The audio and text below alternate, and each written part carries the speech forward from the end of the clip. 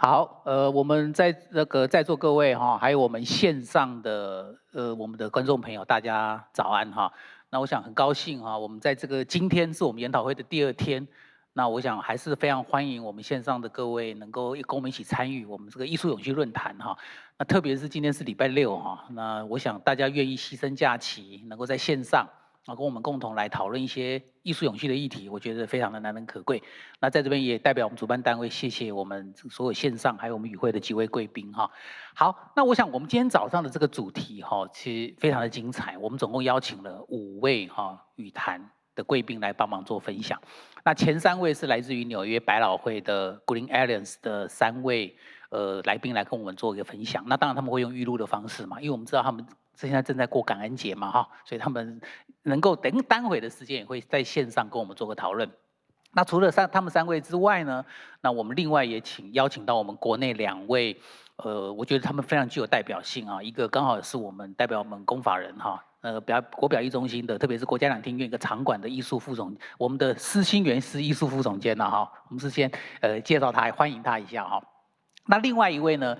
算是我们民间机构哈，跟我们大家生活都非常有关系的，是我们家乐福的文教基金会的执行长，同时也兼永续长，是我们苏小珍哈，苏小珍执行长。那他们2位也待会会分别就他们组织内在推动艺术永续的部分来跟各位做个分享哈。所以我们今天原则上，我们听完预录的国外的学者的影片之后。那我们再有2位2位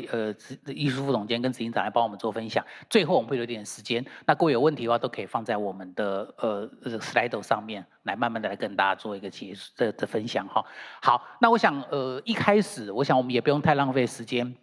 我们有一段预录的影片哈，那这个影片就是由我们3位百老汇绿色联盟的成员，他们执行一个所谓的 Green Captain 一个绿色队长计划。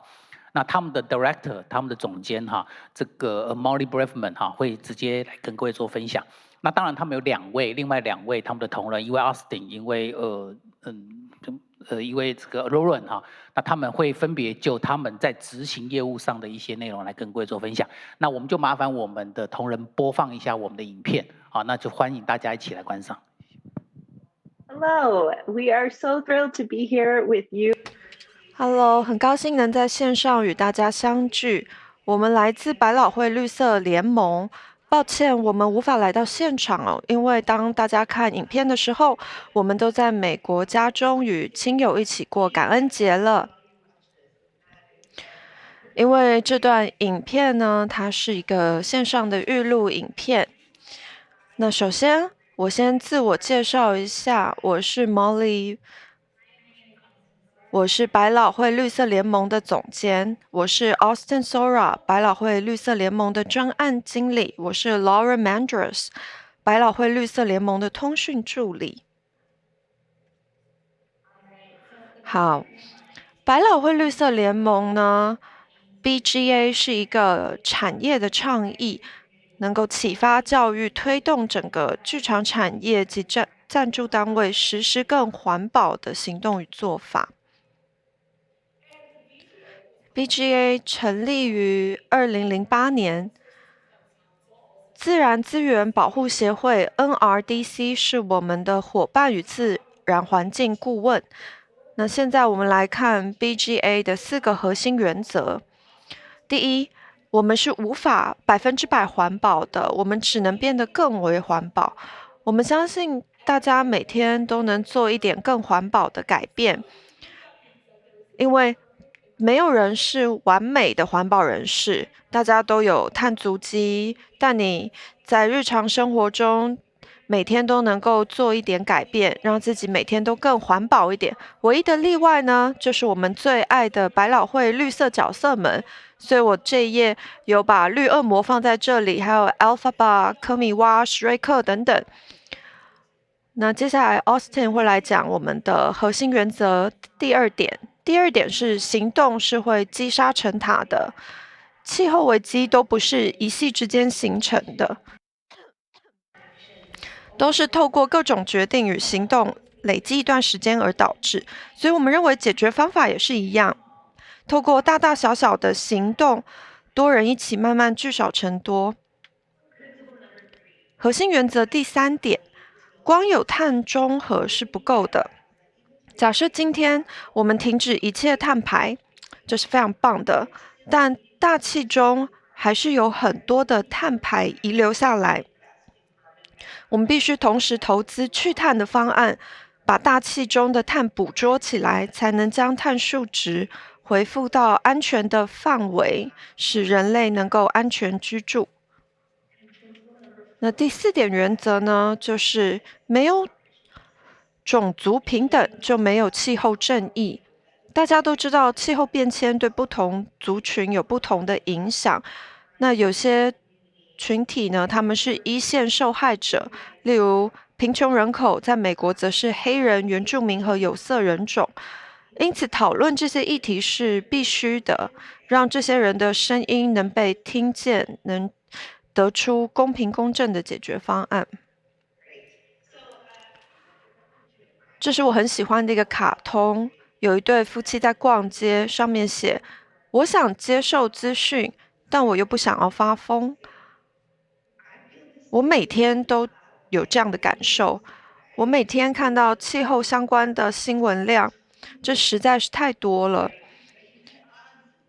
有时候你就想要直接关掉不看就算了，但是这个问题我们等下会讨论。但我们现在其实会坐在这里，就是因为我们有解决的方案，所以我会讲一些比较可怕现况，然后再提供大家解决方案。大家可以看到这边有很多数据，在本世纪呢，50%的陆生物种将会绝种，所以到时候我们就会知道时候到来。那此外，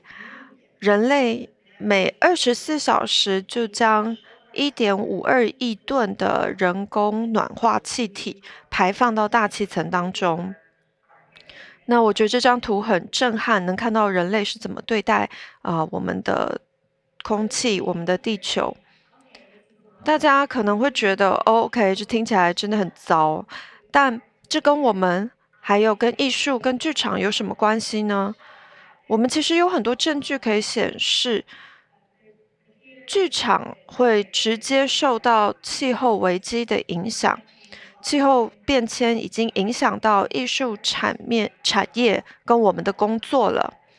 那我们的简报呢，其实是着重在剧场面向，以美国的例子为主，因为我们主要在美国运作，但讯息是全球皆适用的。Houston 的 Harvey 飓风，就像照片显示的一样，有非常严重的淹水。那使剧场损失7500万美元，失去表演机会、薪水、工作，失去无可取代的古董、道具、戏服、假发，损失非常惨重。奥勒冈的野火呢，也导致2017年我们取消了9场演出，因为空气品质太差。2018取消了25场，损失200万美元的营收。20197月30到9月8号之间，户外演出都搬到一所高中的室内表演，那严重缩减了剧场的营收能力。在2021年8月的时候，它只剩下2场演出是照常的，其他都因为空气品质太差而取消。由于有各种气候影响，全国各类的户外剧场也受到不同的打击。像蒙大拿，它有冰雹、野火期提早、热浪的问题；阿肯色州有热浪，奥斯汀和科罗拉多州，全国各地的夏季表演都有很大的影响。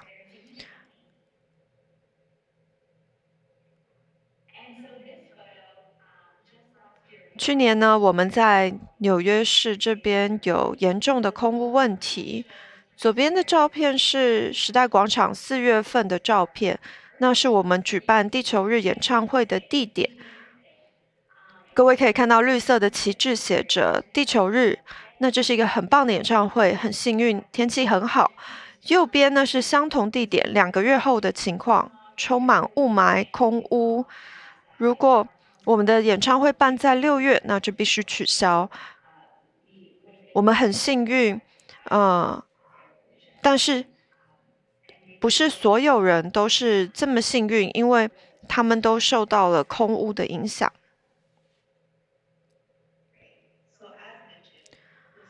以下呢，我们就要提供你一些解决方案，因为我们要是已经放弃了希望，就不会在这里了。我们手上已经有一些解决工具了，只需要持续打造政治与社会的实行意愿就好。以下是2个我最爱的解决方案，都是来自自然资源。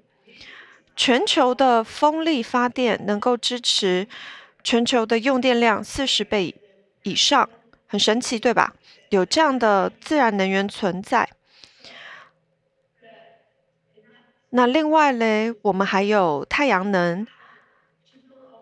每个小时我们都有足够的太阳能抵达地球，足以支持全球全年度的能源需求。对我来说，这是很神奇的，我之前不知道，直到我真正开始研究，我才知道哦，其实还是有希望的，因为太阳能就在这里。我们要做的就是想办法捕捉太阳能，透过电池储量、基础建设、运输来去实行。那作为艺术家、剧场艺术家，也能利用太阳能来制作节目。我们还有绿色队长计划。绿色队长是永续剧院的一个倡议，出现在有剧场的地方，像是百老汇巡演区、地方制作、戏剧系，这些人都是前线的一个，像是战士一样，在幕前幕后进行永续的行动。目前我们有1234名绿色队长，那我也曾经是其中一员。有97所大专院校与我们合作，他们用我们提供的工具组、指南、资源来运作。我们来听听一些绿色队长来分享什么给了他们希望，什么给了我希望，让我觉得我们能改变未来翻转严重的气候危机。太阳能提供足够的能源，支持全球全年的用电量。风力发电能支持全球用电量40倍以上。是什么给了我希望？我知道虽然不完美，但2022年美国通过了气候立法。艺术家一直都是改变的先锋，我们是专业的沟通者，能够给大家改变的力量。透过原住民部落跟科学团队，秃鹰这种北美最大的鸟类，在过去130年濒临灭绝之后，重新又飞上了天空。是什么给了我希望？各位，在座各位，没有因为害怕而别过头去。想想看，大家能做出什么改变？是什么给了我希望呢？接下来2年，市场上全面会换上高效率的 LED 灯。现在我们也有一些现成的技术解决方案，可以解决目前70%以上的排放问题。是什么让我坚持推动迅速而积极的改变呢？是各国领袖在今年推动了气候正义，透过建立有史以来第一个损失和损害基金，意味着富裕高排放国家将向气候影响最严重的发展中国家支付应对和重建的费用。是什么给了我希望呢？百老汇绿色联盟在百老汇有800多名现任和前任绿色队长，他们为永续未来而努力。现在我们需要做的就是继续一起发声，让我们继续努力实施气候解决方案，一起全面改变。现在从我们做起，我们是剧场气候的改革者。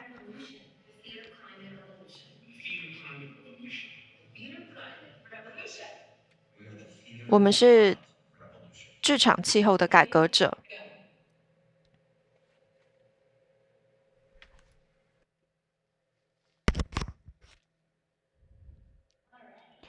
好，各位可以看到，我也在影片里面，因为我也是一个绿色队长，这是我们歌剧魅影巡演的状况。那我们在巡演中呢，发起这个厨余桶计划。我们到了新的一个城市呢，就会找当地的厨余回收站，那鼓励剧组团队回收厨余。那其实大家都非常的配合哦，所以真的非常的感动。你可以看到说，一群人聚集在一起的时候，哇，那个力量是非常强大的。即便这个行动看起来非常的小，就可以看到聚沙成塔的效果。一次性塑胶也是巡演的一大问题，因为大家会花很多时间在机场、在饭店，所以我会自备餐具去减少这个用塑胶的量。那看到说，哎，我们在饭店能够减少我们制造的垃圾量，其实是很棒的事情。从每隔1天就要倒一次，可能变成1周才倒一次就好。所以自备餐具是很棒的方法。那也有很多巡演的成员，他们也会自备餐具啊，自备这个抹布啊等等，这也是另外一个集体展现力量、展现效果的例子。这边可以看到我跟剧组成员在后台秀给大家看我们自备的环保餐具。那现在呢，就来到这个中央佛罗里达大学，那我是这个母校的绿色队长。Austin 最近说过一句话，他说做一个绿色队长就像是你选择自己的冒险、自己的道路。那我自己最喜欢的就是数位解决方案。我自己是最感兴趣的这一块啊。那我用 QR code 来展示月刊、演员表，或者是照片上的海报，然后 IG 或是其他推票的海报等等。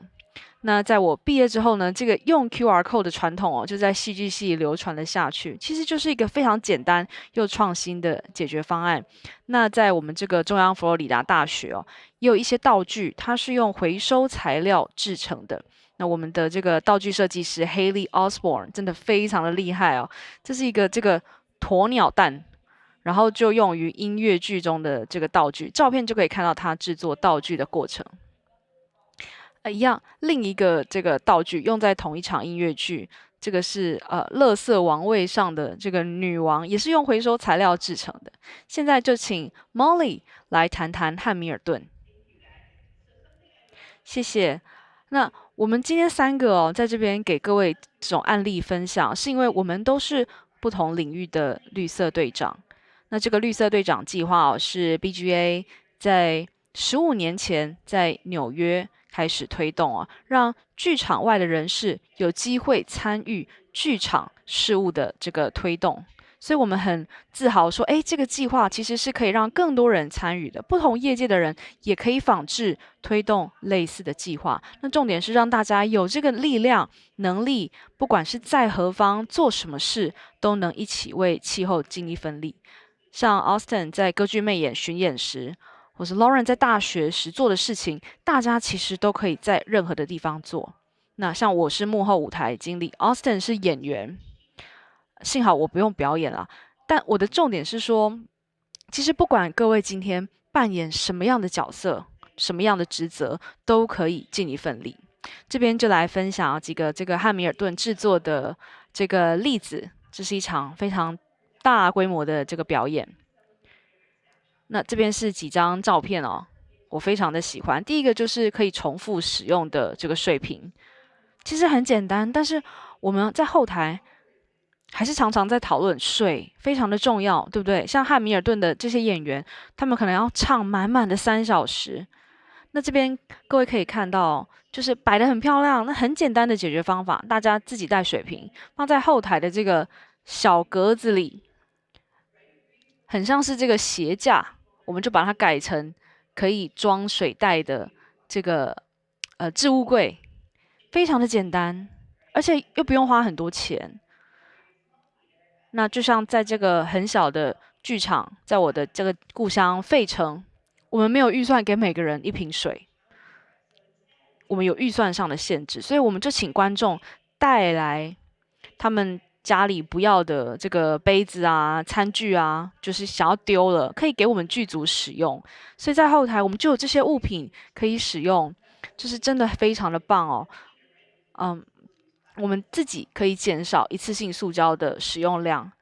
那我们也能跟观众一起分享这个重要的价值观。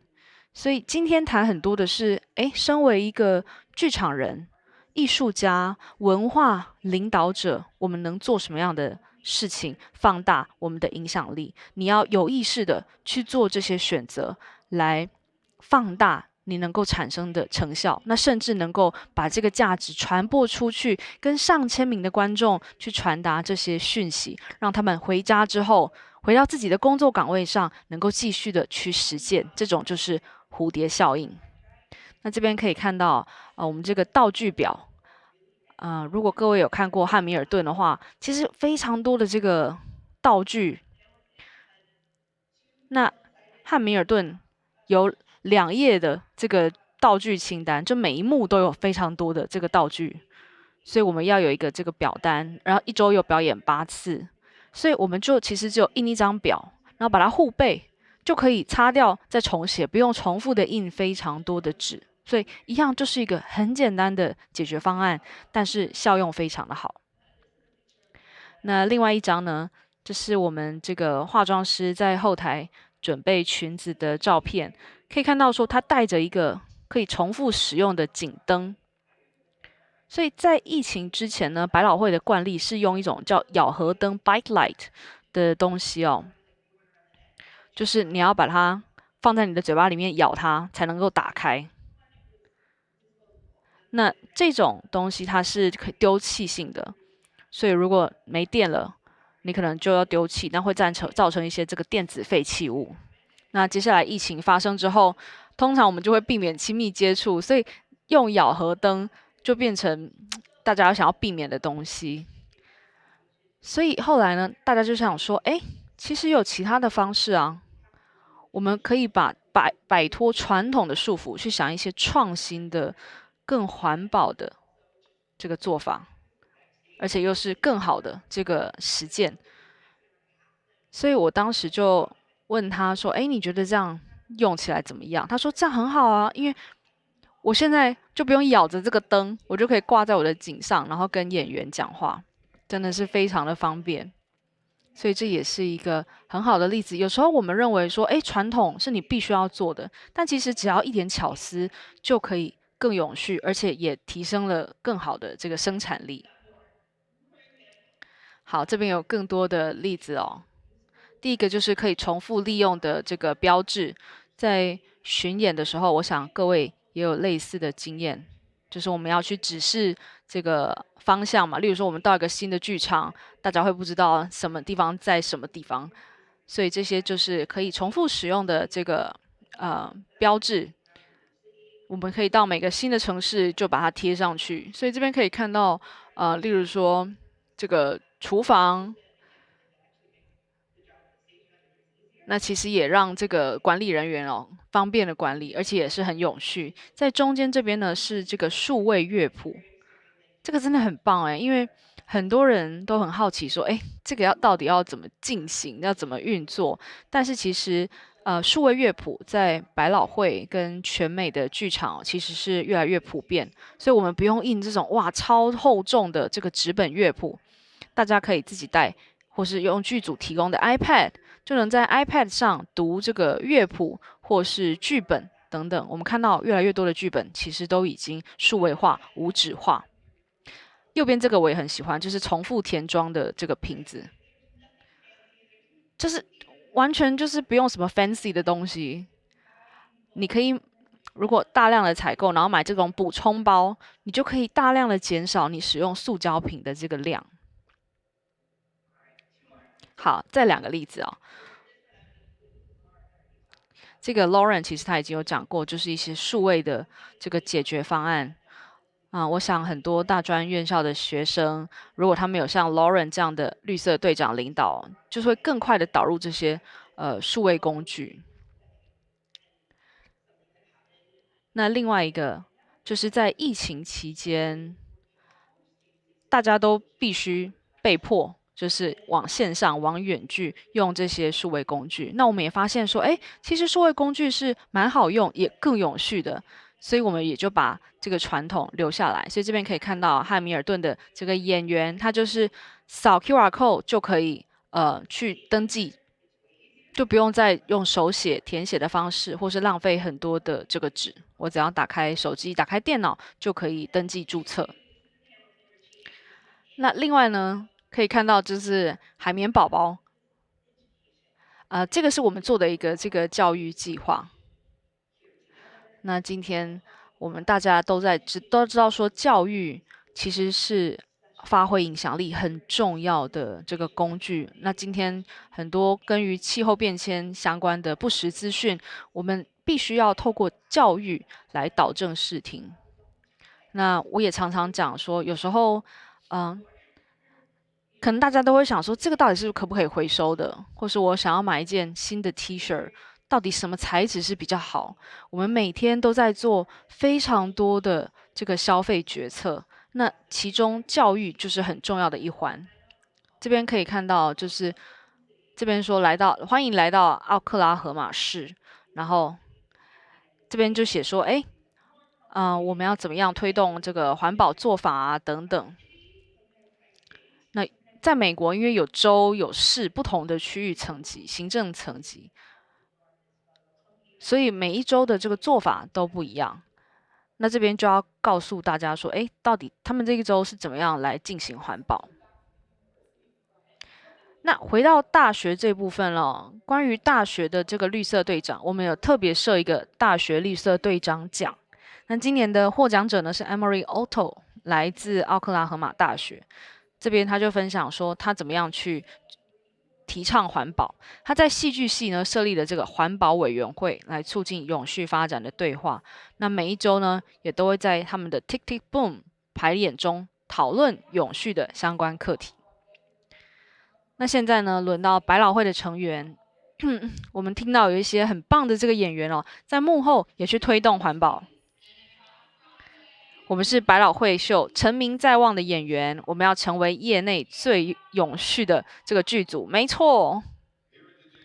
我们是在 Jacob 剧院哦，我们用 LED 灯泡 ，Marquee 剧院也是，那能够比以往省下1/5的这个用电量，所以现在全部采用 LED。那我们也重复利用哦。没有污渍损坏的节目单，剩下的回收。那我会自备餐具，自备餐巾纸。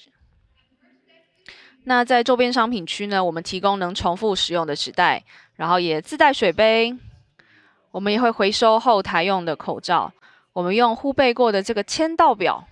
不用浪费纸。我们用高效率的这个洗衣机。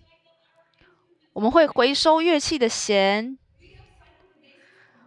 我们回收这个大家送来的花的这个花瓶，我们不用电棒来卷头发哦。我们将衣架还回洗衣店，而且戏服的标签两面都会使用。我们会修补戏服，让戏服用得更久。我们呢也会用能充电的电池。我们会回收这个滤光片。作为舞蹈组长呢，我会用 iPad 而不用纸本来看资料。离开时呢，随手关灯。还有我们还在啦。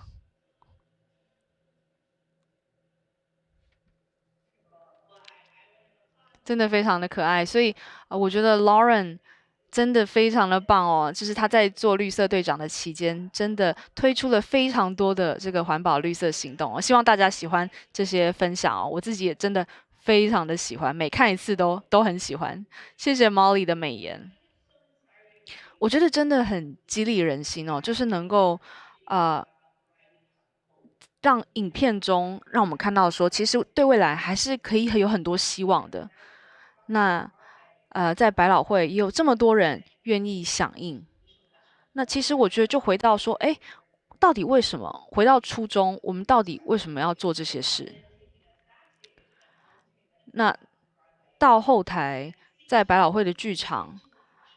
其实我们都可以做很多小小有形的这些行动。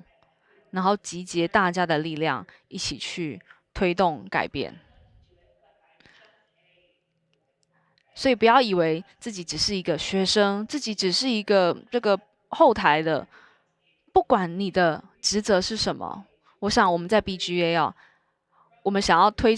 广的就是，不管你是谁，你所做的每一个行动、每一份努力，为永续尽的每一份心力都很重要。那就像 Austin 说的，聚沙成塔。那今天也非常开心能跟大家分享，这个是我们这个废弃物回收，这是我们在时代广场办的一个废弃物回收循环经济的活动，就是要把我们 BGA 所做的行动跟大家知道。那循环经济其实是非常重要的，因为有时候我们可能预算不够，或者是面临不同的这个挑战，那或是不同的产业的样态也不一样，资金可能没有很多，所以剧场必须要赶快开始行动，用更聪明、更有策略的方式来利用资源。所以我们可以回收道具、回收废弃物、再利用等等。那这就是我们创意产业的这个实力所在，我们就是有源源不绝的创意嘛。所以我们应该要有一个心态，就是所有的资源呢，它们其实都是从自然界取用过来的，所以我们在剧场，我们应该要去做这种资源的回收。那像现在大家在图上看到的，这些都是电器的回收，那有很多旧的电视啊，或是什么电扇、游戏机等等，那这些都是没有办法再使用的电器，那把它们都回收回来之后，我们可以把它交给专家，他们可以把电器里面重要的金属给提取出来，重新利用。那有可能他们就可以把这些金属啊，或是有用的元素变成 LED 灯，或者是我们剧场在使用的一些工具，换成一些新的东西。那这一个是在时代广场的中心，是一个非常显眼的位置，所以这是非常重要，让大家能够看到我们在做的事情。因为经过的人，他们可能会来问我们问题，然后就会把这样的概念带回家传播出去。在 BGA 呢，我们也有很多人来问我们问题，那可能他们是剧场的人、大学的人，或是本地剧场的伙伴，他们都会问我说要怎么样做才能够推动剧场永续呢？所以我们有这个剧场气候承诺，那我们会帮助想要做永续发展的团队成员一起提供他们支持。那我们希望他们能够在他们的制作里面加入一件永续相关的活动。那我们是非常鼓励他们这样做的。那所以我们有行动的部分，也有倡议的部分。所以在 BGA 我们可以看到很多秀啊、制作啊、大学地区的剧场，他们都有非常有创意的想法来去推动永续。那有几个例子给各位看。那左边是我们做的一些教育海报，那中间呢是一个戏剧系的一个创意，就他们有一个篮子，如果你的节目单不想要带回家做纪念品的话，你就可以把节目单放在这个篮子里面重新利用。这是另外一个例子。那我们还看到更多的例子，就像绿色队长计划一样，你可以选择自己想去发展的方向，那可能会根据你现有的资源、你的兴趣，我们来有很多具创意的计划可以发想。那我们网站上面也有提供很多类似的案例。没错，就是谢谢 Austin， 你有提供这样的网站，制作这样的网站给大家工具跟资源。那现在各位看到的这一页呢，大家知道我们跟全球的伙伴一起合作。气候变迁不只是一个国家、一个区域的问题，这是一个全球的问题，所以我们需要全球的一个一起去推动这个计划。所以大家可以看到，这个上面是很多的清单，我叫它非官方的不完整清单，因为很多的团体名称我们都没有列上来，但是这些都是全球各个决定去推动永续发展计划的一些艺术团体。那你可以看到上面是有一些文字，也不是英文，所以就表示全球各地都有人加入。那台湾这边也是，我们在之后 Q&A 的环节也会知道有一些团体，我们还不知道他们，但是他们也在进行环保永续的一些计划。那当然，大家在推动这些计划的时候，可能会觉得有点寂寞，因为可能就只有自己一个人在推行，有点觉得孤军奋战。那如果大家有这样的想法的时候，就可以回到我们的网站来看，可以看到有这么多伙伴，大家都是一起在努力的。那现在我们还有一个影片，是我们的演员在汉密尔顿里面的2位卡斯，那他们自己写了一个饶舌歌曲，那给大家听一下。Hey everybody, Seth Stewart, Lin Man, with Hamilton. I'm the Green Captain for Broadway Green Alliance, giving you a special Ham for Ham. This is for Earth Day. We're gonna make history, save the planet, and do better things for the theater, for the world. Green. Green, I'm like green, it needs to be a green, but you know what I mean. I'm on the scene and I'm trying to save the earth one day at a time. Oh yeah, when I lay down these rhymes. Revolution, the revolution isn't American, it's global. I know I'm vocal, my vocal cords are always tired. That's alright, cause I'm not fired. Yeah, it's Earth Day, yeah, it's not my birthday, but we sip recyclable cups when we're thirsty. Oh yeah, and we use rechargeable batteries, and I say these things like Hamilton agrees. Oh yeah, Hamilton, we're trying to start the revolution slowly, like, cause it is Earth Day, like, so we try to conserve and reuse and reduce and recycle, and this is my title, I ain't giving it away. This is the ham for ham, oh damn, oh man, I can't believe I just slammed a man half a gram, and no, I'm not in Amsterdam, but every paragraph I am Broadway Green, trying to save your life, trying to save the life of my kids and Sebastian, going faster cause it's spinning and turning, yeah, we gotta stop the world from burning. Good luck with the lotto. I'm so bold. 那每次我看到他们的表演，我都觉得哇，实在是太令人惊艳了。那现在我要感谢我们的主持人，谢谢你邀请我们来。那我们非常高兴有机会能够跟大家分享我们的想法。我希望大家能够更认识我们，在我们的社群媒体来追踪我们。谢谢各位，谢谢。好，谢谢各位听众哈。那我想我们刚刚看完了这个 Green Alliance 他们的影片，那后来我们主办单位哈，他们也非常用心，先预拟了一些问题，所以我们之前也在线上作业，所以我们预拟了一些可能预想我们各位可能会想要问什么问题，那我们已经传给了这3位演讲者，那他们也针对我们预拟的问题做了一些回应。那我们接下来的影片呢，就是播放他们针对我们所提的 Q&A 来进行一些回应。好，我们请播放，谢谢。Great. So 那谢谢各位回来听我们的这个问答环节。主持人这边已经事先提供了我们一些问题，那所以我现在自己来当主持人，同时也是语谈者，我2个角色之间互换。所以我现在来读一下这个我们的问题。第一个问题，你们如何管理运营 BGA？ 那资金从哪里来？好，我现在又变回语谈者来回答。那我们 BGA 呢，我们是一个非营利组织，那所以我们完全是透过募款、慈善捐款来去运作。在美国，我们其实在政府这边没有提供艺术的 NGA 很多的补助，所以有点可惜，所以我们完全都是透过慈善募款的。那所以我们是很小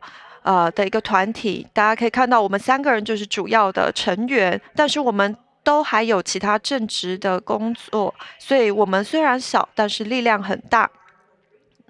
那我们也跟其他的一些团体合作。我们还有数千名在全美都有绿色队长。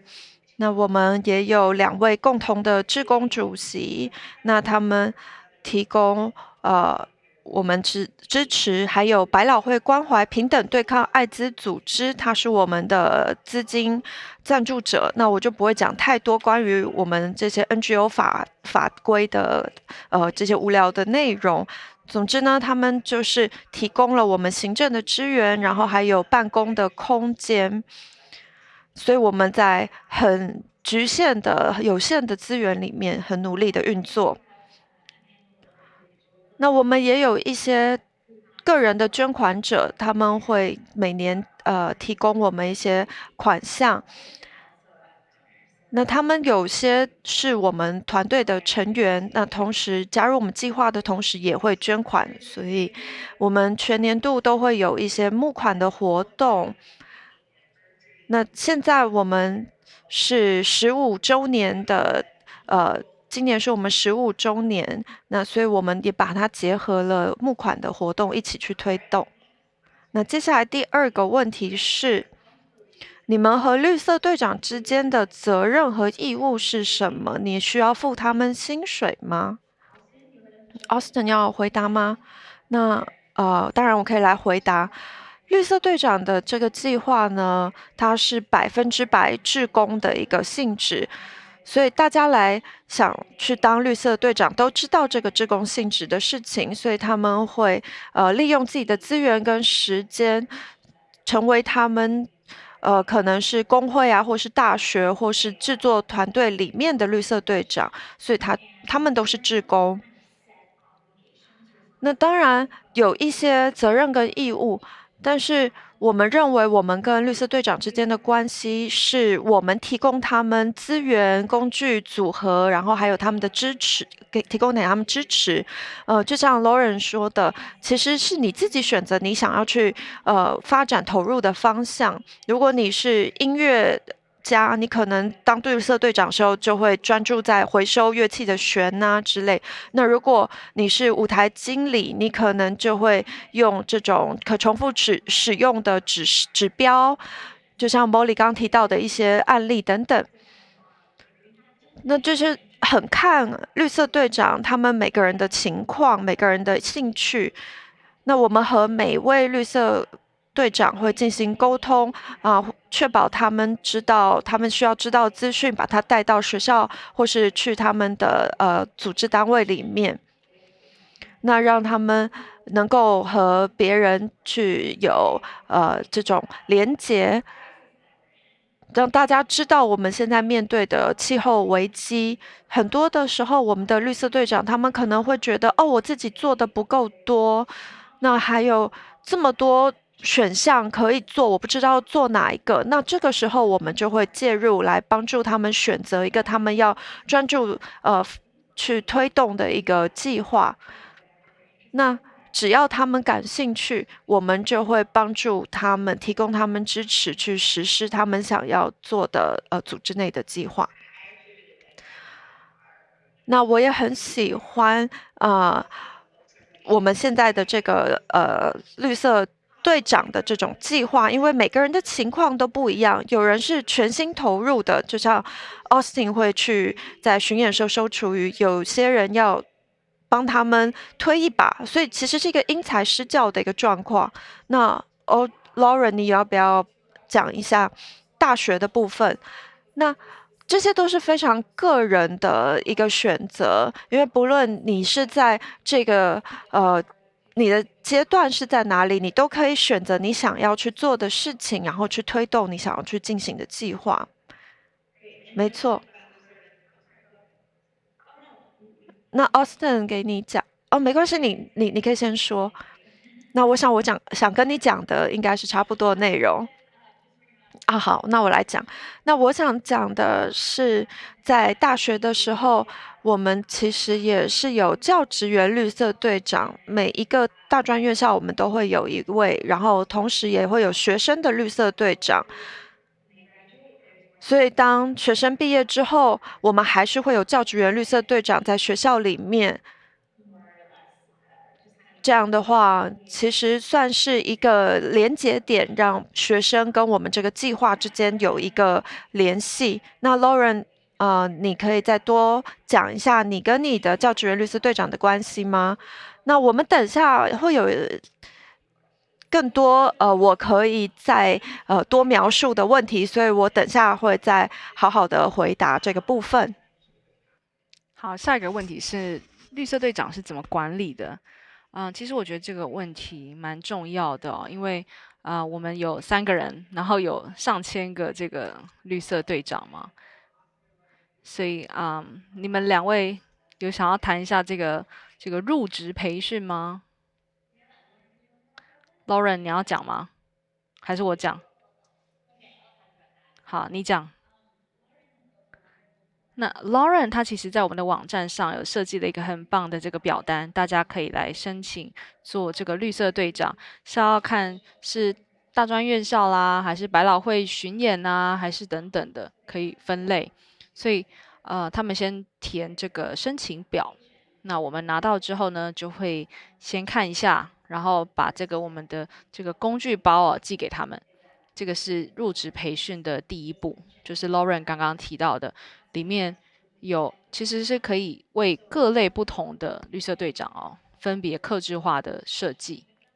所以这是我们第一个 email 就会把这个给他们，然后让他们，然后也了解说，他们有兴趣的领域是什么，那他们能够取得的资源是什么，然后帮助他们一起设定计划。那我觉得这个其实也是一个自我管理的这个过程。绿色队长他拿到这些资讯、这些工具包之后，就开始去执行，他们开始去设计不同的这个规划啊、不同的行动啊。那他们如果有遇到任何的阻碍、挑战，需要支援的时候呢，就能够回来找我们。所以这整个重点其实真的就是 self manage， 自己自我去管理、自我去推动。那这些绿色队长担当重责大任，那也可以很自由的去发挥。那我们就是一个很有力的支援团队，所以我觉得算是一个蛮好的模型。那也因为他们可以自我去管理，所以我们才能够招募到这么多的这个队长。那因为他们都是这个志工，所以其实能够彼此有很紧密的连接，它也能够帮助我们招募到更多人。像是我们接下来在美国有一个这个法案，在纽约就是要保护这个鸟类跟蜜蜂不受某种这个农药化学物的影响。所以如果说对这个特别有兴趣的这个绿色队长呢，我们就会把他们连接在一起，然后跟艺文组织一起来合作，来发起一些行动呼吁。那可以去推动相关的这个气候行动。我们也常常做这些事情，就是把这个志愿者跟这个行动主义的分子一起去做媒合，然后帮助大家以集结的力量去做行动。那大家就可以开始思考说，可以怎么做，可以怎么去推广。好，我们下一个问题是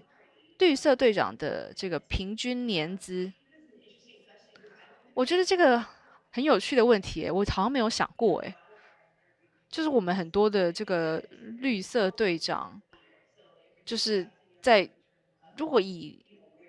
年资或是决策层级，其实我们真的有来自世界、来自不同背景的，我们有可能是第一次参加的，或者是可能跟业务比较相关的，或者是这个演员。男演员、女演员等等，所以如果这样看的话，我觉得我们只能告诉你说，有没有哪些绿色队长是连任很多届的？这个当然有很多。我觉得我很喜欢的就是绿色队长会参与制作，然后制作结束，下一个专案开始的时候呢，他们可能就暂时卸下这个职务，然后回去演员啊，或是做其他的这个工作职务。那之后也可以再回来继续当绿色队长。那我们在官网上也有很多的这个绿色队长校友，那个清单非常的长哦。那你可以看到说每个名字后面他们参与的这个百老汇制作，那这些都是志愿者哦。那有些人他们可能参与了4到5个这个制作，他们都是参与担任绿色队长，所以我觉得很欣慰，就是说看到大家愿意再回来，那个为了气候愿意奉献，愿意继续的去努力，那每次都愿意再这样回来的时候，我觉得是非常感人、很温暖的。那我们当然每一次制作也可以有不止一位绿色队长，所以有一些比较年长的或者说资历比较深的绿色队长，也可以带比较资浅才刚入手的绿色队长。我觉得这样的师徒制也是很棒。好，下一个问题，绿色队长他们退役之后，你们会怎么做？例如说离开这个制作啊，或者说他们毕业啦，他们就消失了吗 ？Lauren， 没有他们怎么可能会消失？就像这个 Austin 说的我们的这个官方网站上有一个这个校友清单，那他们也会常常收到我们的这个电子报啊、新闻稿啊，他们可以持续的关注我们的动态。Austin， 你要补充的吗？我们很多的校友也还会持续回来担任这个志愿者，或是帮助我们其他的这个制作，所以他们还是在我们的社群里面非常的活跃，或是回来我们的活动担任讲者啊，来做分享等等。那我自己变成一个绿色队长，就是因为有一个人他离开了制作，然后他离开之后呢，他想要把他的这个绿色队长的这个职称遗泽传承下来，所以我就接棒了。所以这就是我担任绿色队长的这个起源。所以我觉得校友其实蛮大的影响力，能够招募新的绿色队长。我们也很高兴有你成为绿色队长，真棒。好，下一个问题哇，我觉得这个蛮有趣，值得深入探讨。他说，为什么每个团队、每个组织只有一位够吗？如果有更多人想当，可以吗？那其实刚刚有说，就是每一个制作可以有1位以上的绿色队长。那我们也很鼓励大家彼此合作。这个就是我前面说我想要讲更多的，我想要分享一下我的这个画面。这个就是有很多位绿色队长的时候的一个例子，像是在这个德州大学的这个大河谷分校，他们其实有12位12位绿色队长，他们其实就被称为永续发展大使。这是他们2023年的这个春季制作《Somewhere a Primer for the End of Days》。他们超过50%的这个道具是用可回收材料做的，例如说回收纸板做泥土，然后用这个350个洋芋片的那个包装来做成这个蝴蝶。那65%的这个材料在拆台之后还是能继续使用，所以这些人他们毕业之后，还是会有人能够继续传承这份历史、这份传统。所以这边可以看到，他们有非常多共同的这个绿色队长。那我觉得这个中央佛罗里达大学是美国第2大的这个大学，我们有很多的校区。那我是在这个 Rosen 校区，就是特别是餐饮旅宿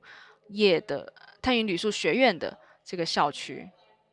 那 Caroline 呢，她是在主要的校区，就是比较是在奥兰多的市区。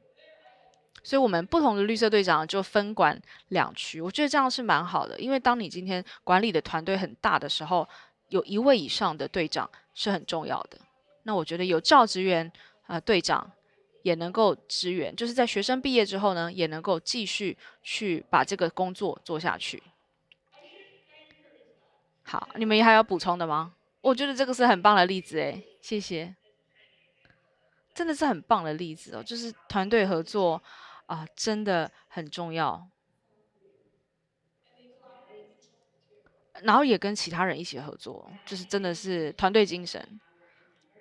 我真的觉得是聚沙成塔，积少成多的力量，真的能够去形塑一个文化，然后去为我们的未来提供一些指引，提供一些方向，还有这个希望。好，最后一个问题，除了去推广这些每天的小小的行为转变，绿色队长也会推动跟制作有关的绿色倡议吗？有没有一些案例可以分享？我第一个马上想到的就是这个 BGA 有提供，就是在15年前哦，就是在百老汇有很多这个霓虹灯招牌，我也觉得很漂亮。那大家有去过这个时代广场 Marquis 剧场的话，你会发现哇，这个霓虹灯真的五光十色。那 Marquis 剧场更是其中非常亮的一块。那我们当时就希望说，把这个霓虹灯招牌变成 LED， 所以百老汇的每一个这个成员，他们现在都有能源效率非常高的这个灯，而且每一年能够减少排放700吨的碳。你就想这样子的这个成果，哇，真的是非常惊人。我们真的是才刚庆祝 BGA 15周年，我觉得可以给大家看一个影片，就是说明了这个活动这个计划的这个影响力。好，我们来看一下这个影片。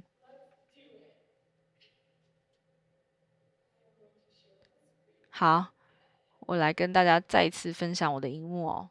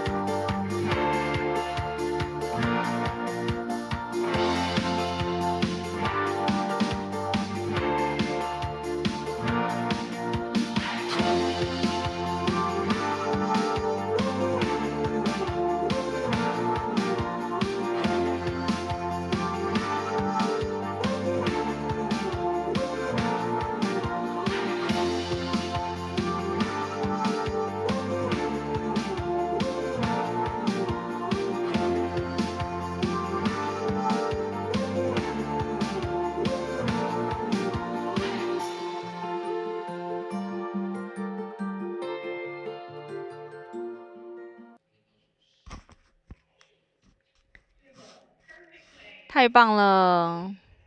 我觉得这个就是我们回答这个问题的方式。谢谢大家，谢谢。谢谢我们3位的贵宾哈，为我们预先的题目先做了一点点 Q&A 的回复哈。那我想我们好像也已经邀请这3位参与者到线上来跟我们的观众朋友、跟我们的同仁们打招呼。所以我们3位贵宾有在线上了吗？OK，so 那个 Molly、Austin 跟 Lauren 有在线上了吗？有哈，好，我们欢迎他们，好，我们欢迎他们， Yes, 谢谢他们。 Molly and Lauren are both joining as well. 好，谢谢。那我想接下来会有 Thank 我 you. 们国 Thank 内 you so much 的 for having us. OK， 好，谢谢，欢迎他们哈。那再来就是我想我们有2位国内的讲者哈，那分别代表了家乐福文教基金会跟我们国家两厅院哈。那我们会先邀请我们的苏小珍苏执行长来跟我们分享，从一个民间机构的角度，怎么样来推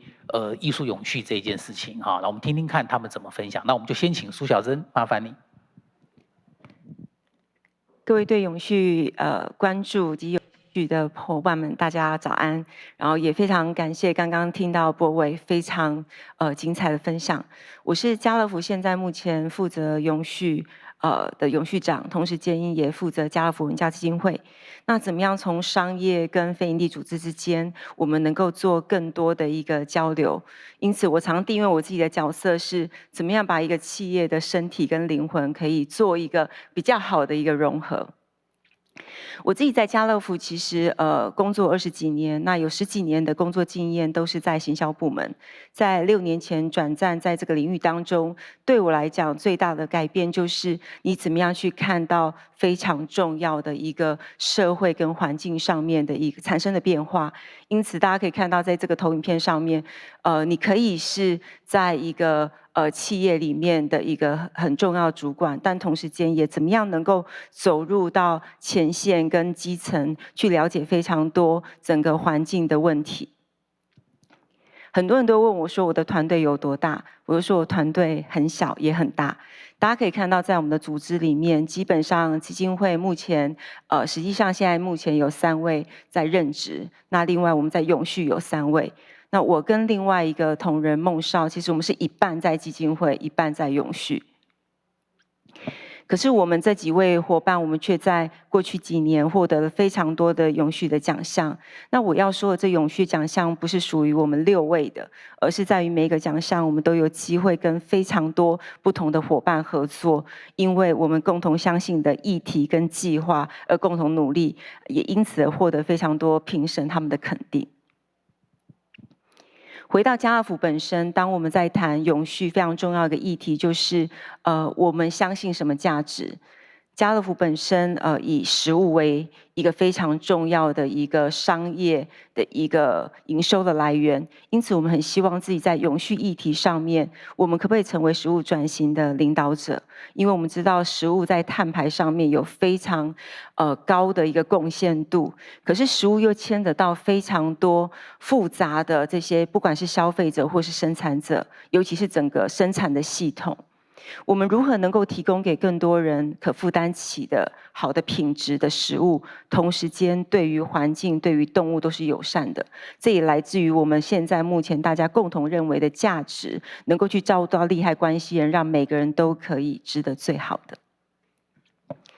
家乐福从10年前开始推动产销履历跟有机，然而让我们真正开始产生非常大的行动，是来自于2018年，我们开始从看见动物开始。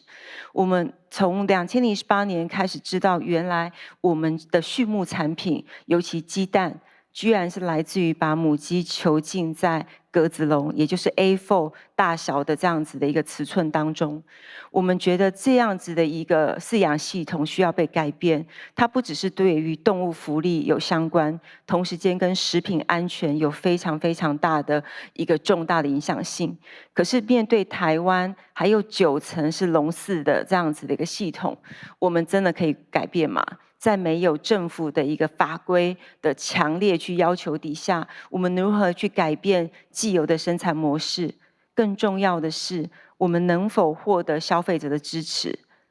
在2018年，其实右边的鸡蛋1颗可能平均价格是4块钱，左边大家看到的菲龙斯鸡蛋要12块，3倍的鸡蛋的价格，我们能否让消费者觉得，因为我支持了永续的理念，所以我愿意付出更多的钱？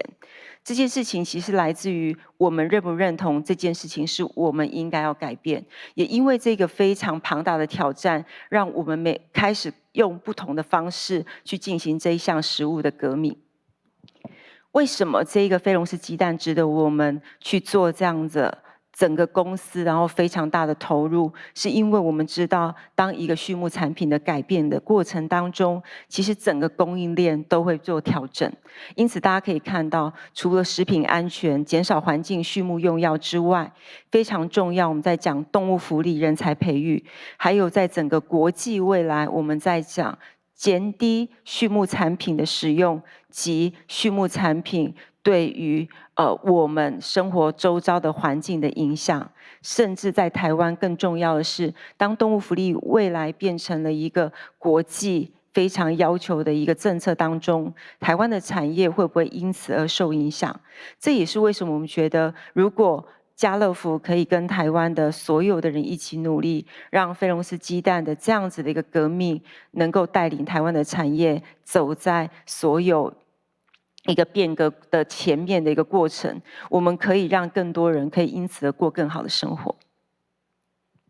因此，在食物转型过程当中，其实我们一步一步从食品安全到怎么去改变系统，然后同时间我们怎么去打造一个可以永续发展的一个食物的供应链，这件事情不可能靠家乐福一个公司完成。可是家乐福拥有庞大的资源、庞大的网络，可是我们怎么样能够让所有人可以为了共同的目标而努力？大家可以看到，我们从2018年家乐福开始对外正式的宣布，我们要开始走菲龙斯鸡蛋的这样子的一个废笼的运动。当时在台上只有6位，到现在接下来这几年，大家可以看到，我们一一在上架的这个菲龙斯鸡蛋，我们串联了非常多的伙伴，来自公部门、私部门，还有非常多跨领域的这些同仁们，他们都认同家乐福在做的事情，也都用他们自己个身的力量在参与我们的一个活动，也影响他们周围的人一起来购买这样的商品。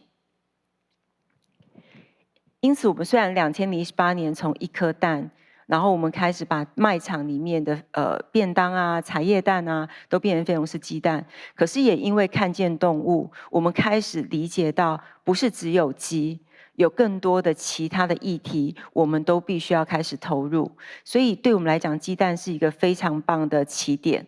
然后，所以从这个起点开始出发，我们也开始关注乳牛，我们开始关注母猪，甚至关心所有我们现在目前食物系统背后的所有的问题，然后包含这些在努力的生产者，他们现在目前所遭遇到的系统的困境，家乐福怎么样可以一起来改变？因此，我们甚至喊出了2025年家乐福所有的笼蛋都要下架，然后同时间，我们也希望去推动单一乳源的这些鲜奶都必须取得动物福利标章的认证。2028年，我们甚至希望我们自己的所有的原物料都使用菲龙斯鸡蛋。那这过程当中，其实不是只有家乐福在努力。其实2018年我们开始做的时候，也是因为我们看到了非营利组织台湾动物社会营救会长期在针对这个动物的议题，一个组织很孤独的在奋战，可是他们的努力感动了我们，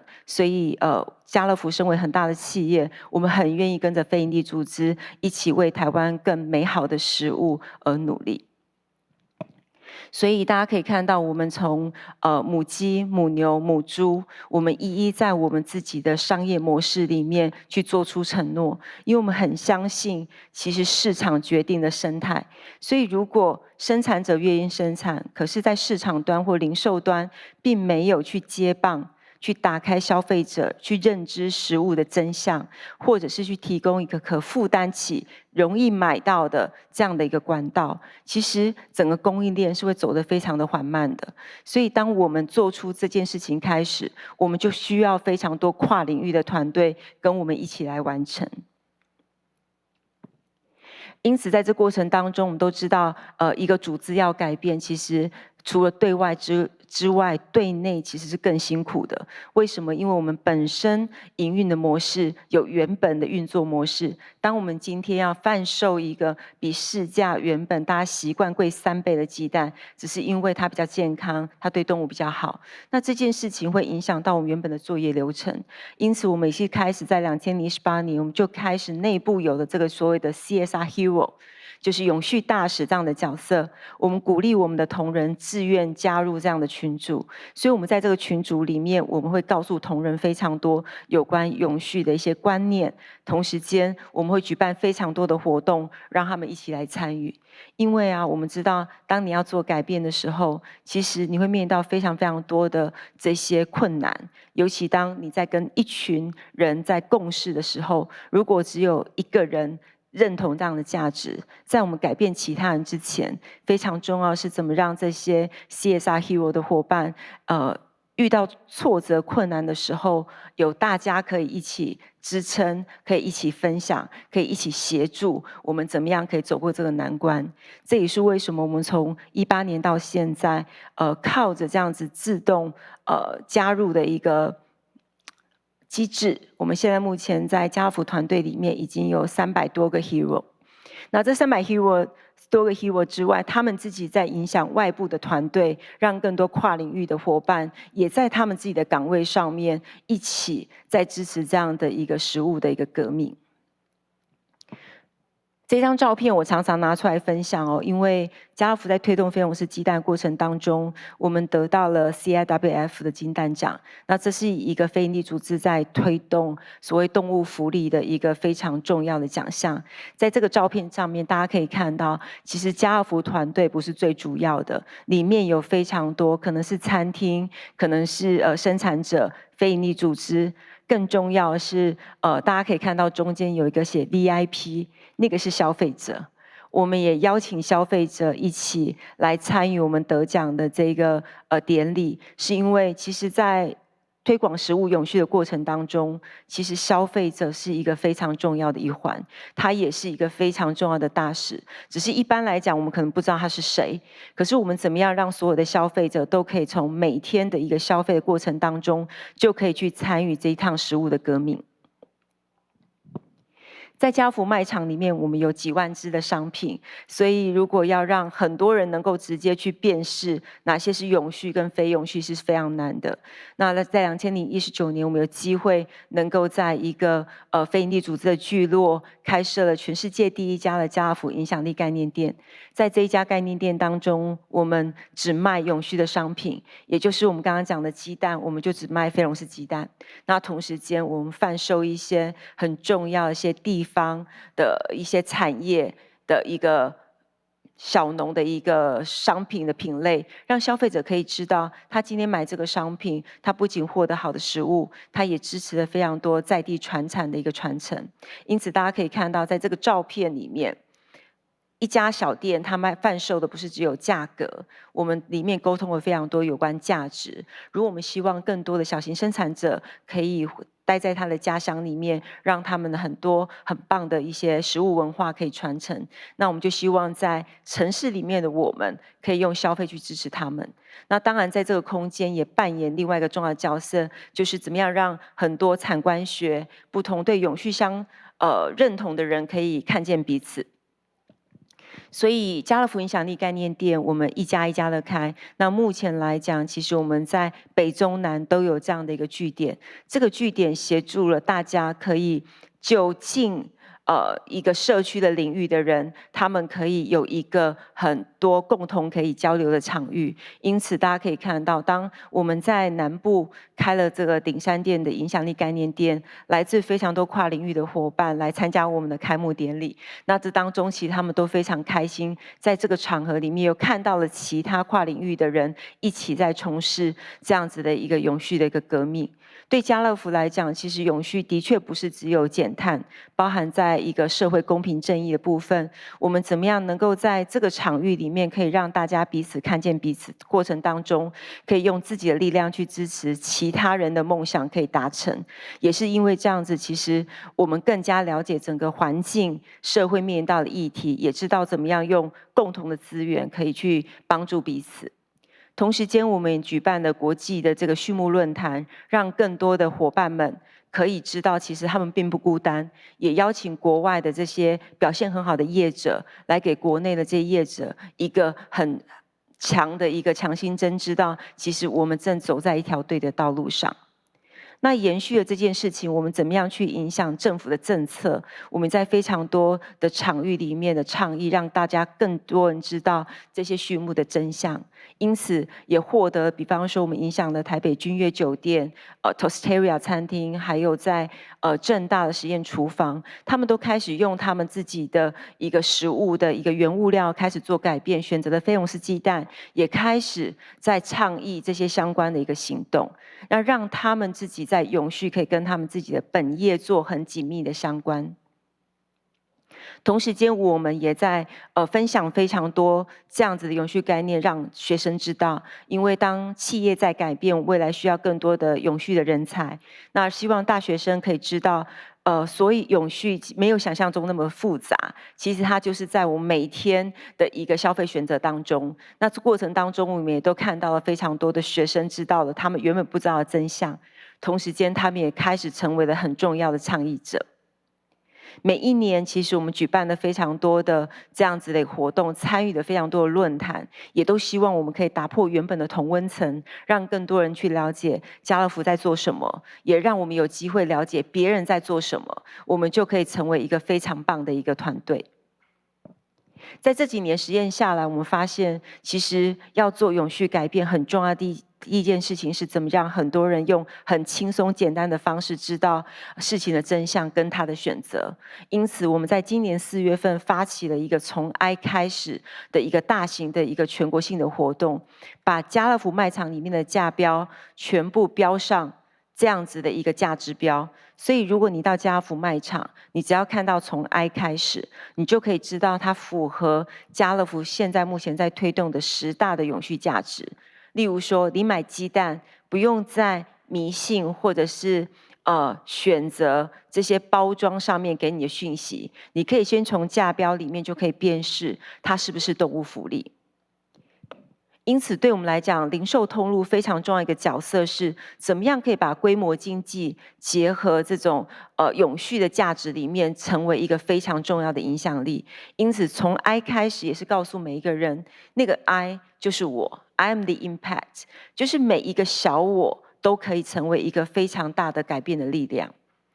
同时间，我们也开始跨领域，包含在今年的白昼之夜，我们开始跟艺术结合，让这些艺术家可以了解家福在做的事情。他们也开始把食物这个议题跟他们的一个艺术的表现结合在一起。那我们自己都非常喜欢这样的作品，因为有时候把永续可以用比较美一点的方式去呈现，也可以让更多人跨领域的人可以去了解哦，原来食物背后比他们想象中来的复杂。那家乐福基金会每一年我们都会办公开免费的大型的艺术的这样子的一个活动，也是希望去推动艺术平权，让更多的人可以公开免费去享受这些艺文活动。那当然，在艺术文化的表演过程当中，这几年我们结合了永续市集。那永续市集我们在做，就是邀请非常多在贩售非常好的食物跟理念的伙伴跟我们一起合作。那在市集当中，我们就要求大家一定要使用具有动物福利标章的菲龙斯鸡蛋跟动物福利标章鲜奶。很多的商家其实他们本来并不是使用这些原物料的。那这3天里面，他们做出了改变，也获得消费者的支持。那很多就会回答我们，他们之后他们就会改变成为这样子永续的原物料。当他们改变的时候，我们就可以让更多的消费者有机会能够很容易的去买到好吃的食物，同时间对于环境是友善的。这是我们今年刚完成的在南投文化艺术季，我们也选择的不是在大城市，而是让更多人能够去到，例如说今年的中心新村，去了完之后，大家就觉得哇，原来这个地方这么的棒。那大家可以看到，这是我们今年最大的市集，有来超过100摊。那可是在这100摊的过程当中，我们却因为一个共同的理念，我们成为了一个非常紧密的伙伴。那我们接下来会继续在这个地方跟他们在食物上面有更多的交流。那最后我要谈的就是说其实当我们在推动这样子的一个永续的革命过程当中，因为我们都来自于不同的组织、不同的公司，所以我们没有一个组织的一个限制，要求每一个人一定要做什么，每个人也就是拨出自己的时间，甚至要推动公司内部组织的一些改革变革，一定都会花出他们非常多的心力。那为什么大家想要做这件事情？其实我觉得在推动永续一个非常棒的一个结果就是，如果我们今天可以很明显、很明确的告诉大家，为什么我们需要一起共同努力，这个为什么会让每个人能够在自身的领域去找出我们如何做，跟我们可以怎么做。那这个部分其实会产生非常多的变化。那也如同刚刚可能百老汇在谈的，其实每一个人的工作里面都有可以去呼应永续的，所以它绝对不是来自于一个老板就可以告诉每个人应该怎么做。可是如果我们可以让更多人去了解这些永续背后真正的价值，那我们就有机会能够去共同去创造一个更完美、更好的一个环境。那对我来讲，其实打造绿色团队非常重要是，如果有共同的理念，大家心在一起，我们就是团队，而且我们可以影响到更多人。谢谢。好，谢谢我们苏执行长的分享哈。我想各位应该可以从刚刚苏执行长的分享过程当中看到，其实当家乐福这么有影响力的一个企业，特别是跟我们生活中有这么多的融入哈，我想大家都很容易到家乐福去采购东西啊，那也能够有这么好的 CSR， 就是说企业社会责任，然后又把艺术永续跟永续这个议题跟你们企业责任这么紧密的结合在一起啊，那我觉得其实就像刚刚绿色联盟讲的，其实这就是我们看到的希望所在了哈。那我想这个让大家稍微再思考一下哈。那家乐福例子代表的是一个民间企业怎么来推动。那当然我们很想了解哈，因为两厅院是我们国家这个是国家级的一个表演场馆啊。那当这么大的一个场馆，每年都有这么大这么丰富的艺术飨宴在里面发生。那我大概也知道，其实两厅院大概已经推动艺术永续这个议题非常多年了哈，所以我们接下来是不是就麻烦我们的苏新元艺术总监哈，能跟我们聊，对不起啊，能够跟我们再聊一下，这几年到底我们两厅院在永续上我们做了什么样的努力啊？那最后我们再来做一点点回想，来，我们麻烦副总监。好，谢谢台北艺术大学的邀请哦。那我是国家两厅院的艺术副总监新元，那也是国家两厅院永续策略的这个计划主持人。那其实在今天我们其实就是大概是这几年正式的把这个永续的政策导入到剧场的日常营运里面，所以今天用这个简短的时间跟大家分享一下我们怎么样导入，以及我们怎么样在剧场的内部建立所谓的永续文化的 DNA。那在我分享之前呢，我想要稍微因为有这个国外的朋友有人在线上我想他们可能没有来过台湾，我想介绍一下两厅院的一些基本的数据。那这个数据呢，也是很重要，我们在推动两厅院的这个永续政策的基础。好，所以现在可以看到的是，我们的国家两厅院有2栋中国式的建筑，左手边这一栋呢是国家戏剧院。右手边呢是国家的音乐厅，那每一栋建筑物里面呢有2个演出的场地，所以总共呢我们其实是有4个场地。那国家两厅院它是在1987年的时候建立，也就是今年我们满36岁了。那很长的一段时间呢，两厅院其实是台湾的唯一的国家的公立剧院。那所以它其实呢必须要去协助整个台湾的产业做很多的表演艺术上的发展。所以呢，我们一年呢有1000场的演出。那1000场的演出里面呢，大概有350场是我们自己的主办节目，那剩下的750场呢，是由台湾在地的团队或者是一些艺文的机构、经纪公司会来租赁我们的场地做演出。那我们一年呢会有大概约65万的观众来到我们这个场域来看表演。那我们有260位的这个固定的 in-house 的员工，这个员工的工作的内容还包括我们有一个全国的票务系统来服务全国的表演艺术的节目，以及呢我们有一个图书馆。所以你可以知道，就是两厅院其实是一个几乎365天全年无休的一个艺文场馆，它的日常的运作的内容跟业务量是非常的大的。那同时也就是表示它的行政作业也非常的繁复，所以一个像这样子的机构，就好像大的企业它其实是有一个日常运作的系统。那大家都知道，一个系统在运作的时候，就好像有很多的齿轮，它会结合在一起，然后很有效率的 A 转，然后带动 B，B 会带动 C 这样子的转动。那所以我们只要在这样子的大的基础组织里面要引进任何的新的政策，或者是想要去置入任何新的做法的时候，它都会牵动整个组织的日常运作。所以在一开始我们在思考要带进永续这样子的政策的时候，我们很重要的第一点不是马上的请同仁立刻想每个部门应该要怎么去做，而是先要做所谓的共同价值理念的共识的建立，并且要第一时间先排除同仁会觉得又有新的政策，是不是要增加我们的工作的这样子的恐惧跟忧虑。所以这是我们其实在导入永续的时候第一件事情要做的。所以在一开始我们其实先做了一个很重要的中高阶主管的主管的会议，在那个会议里面，我们去做了一个刚刚苏执行长讲的，就是为什么两厅院要做永续，以及我们要如何做永续。那其实大家可能会以为两厅院的永续是在2021年的时候我们正式导入，但事实上在疫情之前，也就是大概在2016年以前，我们一直有在做很多的事情，包括我们开始数位化我们所有的行政系统，我们开始无纸化所有的日常的行政的会议，那我们也开始开始在思考我们怎么样去数位化我们的这个杂志，还有我们的空调其实是两厅院最重要的这个能源使用的很重要的一个设备因为它几乎365天全年无休。可是因为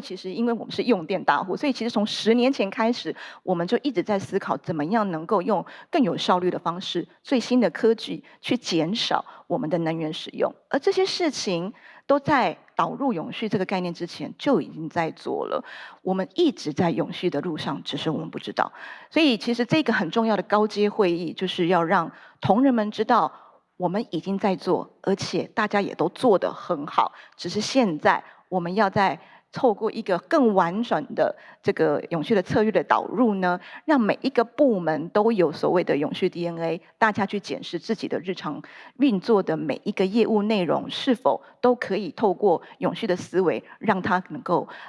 更减少能源的浪费跟资源的这个再利用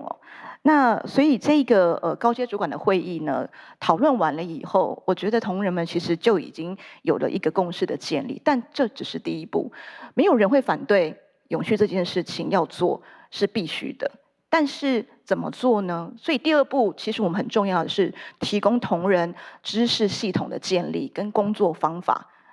的一个培养。那所以我们其实跟专业的这个永续顾问公司合作，那由他来帮我们做了2个工作坊跟2个讲座的这个规划。那第一个讲座主要是让大家知道国际的趋势是什么，因为大家都知道永续很好，但是怎么做没有任何捷径，所以我们告诉大家现在国际的趋势，包括联合国的法的一些法令的颁布，欧盟的法令的颁布，然后全世界有很多的剧院，尤其是像英国、澳洲，都是几十年甚至100年的剧院，都已经在做永续了。所以我们不会是第一个，我们也不会是唯一的那一个，让同仁们也理解到，其实我们不是孤单的虽然我们在台湾可能是第一个要做这样的事情的国家剧院，然后再来呢，我们有做了一个很重要的工作坊，是希望呢把大家聚集在一起，用很多的情境议题的方式，让大家用 design thinking 的方式去思考，如果有发生任何的气候变迁所引起的剧场营运的问题的时候，我们可以有什么样的创意方法去解决它。那这个工作坊其实让大家去透过这个有趣的思考方式，同时还有竞争又有奖金的状况之下，去有创意的提供一些 solution。那在这样子的一个工作方法之后呢，同仁们就回到自己的部门，我们有8大部门，他们会自己再回去想，那这样子如果这样子有创意的方式跟永续的思维带到我们每一个部门的日常业务内容的时候，我们可以做什么？那我们大概花了1个月的时间，让同仁自己去思考，自己去想因为我们在导入政策的时候，两厅院的主管管理的思维是，我们要信任同仁们的专业。对我来说，部门的同仁他们其实是第一线最知道业务内容的同仁，所以他们所提出来的政策以及也比较能够符合怎么去解决他们所遇到的问题，所以信任同仁的提议。第二，就像刚刚就是我们的百老汇联盟他们说的，其实主动的去提很多solution， 反而会让大家更有动力、更有热情的想要去推动他们的计划。所以在1个月后的大家的 brainstorm 之后，我们有8个部门提了90几个行动方案。我其实感到非常的惊讶，也非常的感动哦，因为大家其实对于这样子的议题，并不觉得增加他们的工作，反而还会觉得做这些事情很有意义。我都常笑说，你们怎么做永续比做节目还认真？那就是很有热情。那90几个活动里面呢，我们也把这些活动拆分成了，有些事情其实是可以短期内就做到的，它可能只要改变一个方法。它就可以做到的事情，会设成短期目标。其他有一些计划，它可能必须要更多的资源、更多的人才的培育、更多的这个时间的整合，才能够做到。我们就把它设成中长期的规划，一路到2030年。那把这些计划呢，也列成了6大方案。那所以在这个过程中，我们其实也在我们21年的时候导入的。那在去年2020年呢，我们给自己做了一个成绩的小检视，我们也有发表了一个两厅院的永续年报。那我们今天时间不多，我就稍微举几个例子，比如说我们的营建组，就是我们其实因为有建筑的维护的部门哦，还有就是办公室的维善的部门，他们其实知道这件事，这个要导入永续之后，他们的部门的提议就是我要用就是绿建材来修缮我们的里面任何的行政空间，或者是有任何要修缮的地方，都是用这样子的建材。所以到去年为止，我们有25%的建材是绿色的。我们的行政组他们说，我们想要希望我们所有的行政设备，包括电脑、印表机，都是以租代购然后所以连碳粉也都是永续碳粉哦。然后我们的文具都会回收再利用，然后所有的这个办公室里面的这些家具也都是模组化的，也就是你到不同的空间，你都还是可以因为这个模组化的关系去做再利用。然后我们的杂志社也开始，去年其实是有部分数位化，部分纸本。那因为数位化的关系，我们减少了210万张的纸张的使用，然后减少了大概约260万张。对，说错了，210万张的纸张，相当于就是我们在台判量有减少了41万吨，就是救了大概约200棵树。所以这些成绩其实是同仁们自己提议他们想要做的议题，自己提议他们想要做的行动，在他们自己的日常业务范围内所提出来的有创意的计划。那当然还有像观众的部分了，我们也鼓励他们做使用电子票券。那现在大概有35%的观众的票券都是电子的，节目单的部分也大量的减少纸本的音量，现在大概也有75%也都是数位的节目单。好，那这个其实是同仁们的一个很重要的成绩哦。那如何在启动大家的这样子的一个热情跟动力之后，如何维持大家的动力呢？所以我们也在这个导入的过程中，去成立了一个跨部门的永续小组，也就是两厅院的 Green Team 哦。那我们其实在思考要建立这样子的一个一个持续性的永续组织在剧院里面的时候，有思考到我们希望每一个同仁都是我们的 Green Captain， 都是我们的永续尖兵哦。所以我们不希望是单一的部门成立以后由他们很辛苦的去推动，而是思考到在剧院的每一个人都不会是永续的局外人。所以我们其实是希望8大部门的这个主管去推荐他们自己部门的永续成员，那会有大概2到3位。所以我们整个跨部门的组织是大概有30位左右的同仁。那每个月我们会固定的去 review 每个部门他们所工作的内容，然后呢我因为是计划主持人，所以我会在这个每个月的这个会议上面呢，去聆听大家在过程中是否有遇到任何在执行上的困难。我的工作其实并不是在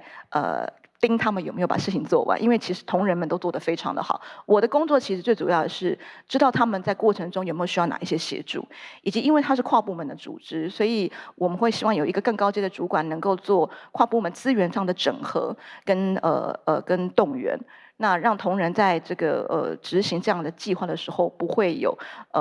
尽量排除他们的这个困难。那同时呢，也在这样的过程中持续不断的建立大家对于永续政策的一个共识。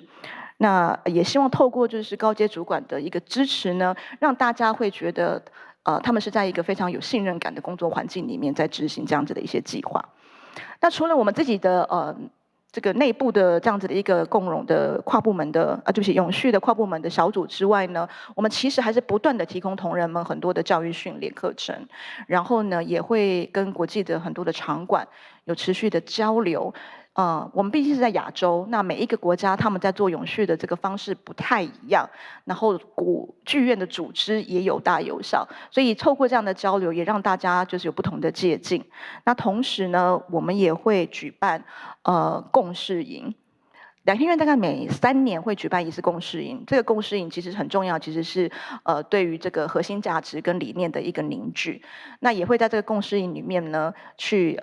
鼓励大家对于他们自己的业务内容有更多的这个有创意的提案。那通常呢，我们就是几乎都会全数支持他们的计划，只是有的时候是比较短期，有的时候比较长期。那因为他们的提案都会受到就是主管们的支持所以同仁反而就是会更有动力，而且源源不绝的去做这些事。那在我们一直是认为两厅院其实不是只是单纯的一个台湾的剧场更重要还是一个世界剧场的一份子，所以也希望把这些经验跟国际做交流。我们也在2022年去年呢参与了一个欧盟的组织，叫做 STAGES， 就是 Sustainable Theatre Alliance for a Green Environmental Shift。它是一个由14个欧洲的剧院的艺文组织所组成的一个联盟那受到的这个欧盟的一个很大力的支持。两厅院是目前就是亚洲唯一受邀请的剧院。那当然大家都知道，我们其实不是欧盟的会员国，那我们也不会因为这样子受到这个欧盟的这个资源上的补助。但因为我们觉得，其实对于这样子一个国际的就是大的组织的参与，其实是能够让我们有更多的学习，并且让亚洲的经验、台湾的经验，可以在这样子的平台跟大家交流。那我们也就在2022年的时候，在亚维农正式了，就是宣告了一个这样子组织的参与。那我们这个组织其实每个月都会在线上有一些很固定的，就是在大家会有一些提案，然后针对不同的提案呢，彼此分享一下我们怎么做的。那同时呢，我们也有共制的一些国际的节目。那透过这样子的一个节目去思考，我们如何可以做 Green Process。那它每一年也会有会员国会举办国际的年会，那两厅院也会在2025年的时候呢，成为这个主办这个年会的国家。那由于我们是在亚洲，所以我们也会善用这个亚洲的这个地理环境位置的一个优势会让这样子一个年会不会只是欧洲剧场们的交流的平台，而是也会有更多邀请亚洲的剧院伙伴们一起来这样子的年会来做交流。那除了国际连结，然后就是跟我们剧院的同仁们之间的这样子的一个价值共识的凝聚之外，我们其实还有很多的作为是针对我们的利害关系人。大家知道，其实一个剧院最重要的2个利害关系人，3个，对不起，一就是我们的观众，我们1年有65万观众进来；2就是艺术家团队，艺术家的团队他其实所有的创作的过程，如何能够协助他们能够用更有序的思维去思考创作这件事情，也是我们一直很关心的。然后第3个很重要的利害关系人就是我们的企业伙伴。所以在观众的部分，我们其实刚刚有提到有倡议了很多数位的票券、节目单的使用。我们也在我们的停车场设置了就是充电装置就鼓励大家使用电动车。这个两厅院的周围也有就是 U-Bike 还有 Gogoro 这样子的一个装置，希望大家都能够尽量的搭乘大众交通工具。那在艺术家的部分呢，我们从今年的秋天开始，所有跟两厅院合作的我们委制的这个节目呢，我们都会跟团队来讨论，在它的制作的案子里面会设定至少一个绿色的目标。那这些目标会根据每一个计划会不同，那可能包括它可能在整个排练或者是演出的过程中，它都使用环保餐具，然后使用就是非一次性丢弃的餐盒，或者是他们会倡议他们所有的制作流程，大家都是使用大众交通工具，或是也有团队说我的舞台的设计、我的服装都是用回收或者可再利用的材质去做最后的这个设计哦。那当然我们会在年底的时候来检视一下，就是在从秋天到年底这4、5个月来，所有的团队里面他们在执行这样子的业务内容的时候，有没有遇到什么样的困难，或者有什么可以值得大家借鉴的方法？那我们也会把它整理以后来跟大家做分享。好，那所以呢，总而言之，我觉得其实在建立两厅院的这个绿色 DNA 的时候，有几个心法啊，就是刚刚分享的，在政策导入的时候，我觉得第一个其实是不能强行执行，而是要让大家先破除恐惧，并凝聚共识。第二个就是我觉得需要相信同仁，然后尊重他们的专业，而这个信任感的建立，会是他们创意源源不绝很重要的基础。那再来就是在一个剧院，像我们这么大的剧院啊，其实我们希望没有任何一个人是永续的局外人，每一个人都应该是我们的Green Captain。那再来就是持续的要提供同仁们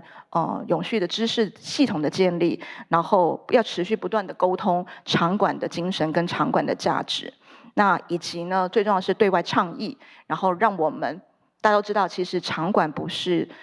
只是内部运作，它其实是一个表演艺术，是一个人的产业哦。所以我们必须要跟所有的利害关系者成为伙伴，在这样子的伙伴关系之中串联价值，才有可能推动一个永续的表演艺术产业。以上是我的分享，谢谢大家。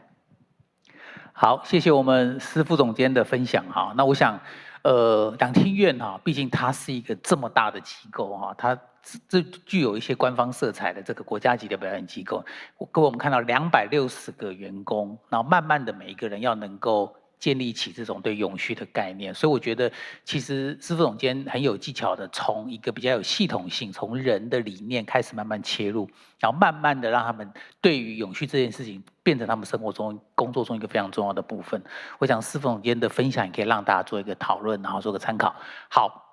那我想，我们第一阶段，我们5位分享者哈，大概都就他们自己的业务范围内跟他们所知的部分跟大家做过分享。那我想，接下来我是不是先看看邀请？因为我们今天线上有3位国外的来宾了哈，那是不是针对3位来宾，是不是对于我们2位国内的分享者，一位来自剧院，一位来自是民间机构，有没有想要提出一些分享的？有没有，或者说有没有一点 Q&A 哦，想要让我们的国外的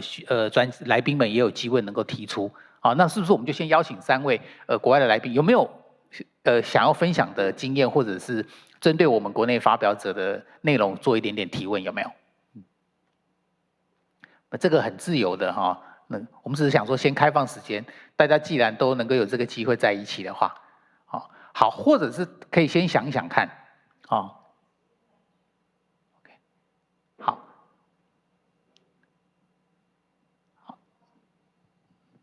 OK， 那个 Molly 或者是我们那个 Austin 或者是Lauren 有没有什么针对国内的有什么样的想要提问的哈？那没有关系，我们边想。那反过来哈，那我们2位国内的语谈者哈，那因为刚刚第一个阶段也听了我们3位这个 Green Alliance 的这个分享，那2位有没有想要再特别针对国外的内容，有没有什么想要提问的？好，来请。好，非常谢谢Molly、Austin 跟 Lauren 的分享哦。刚刚其实虽然听的是预录好的影片的分享，但我其实从那个影片里面呢，可以深深感受到3位对于这个 Green Captain 以及做永续的那个热情。你们的在讲的过程中哦，不止嘴巴就是一直微笑，连眼睛都会闪闪发光。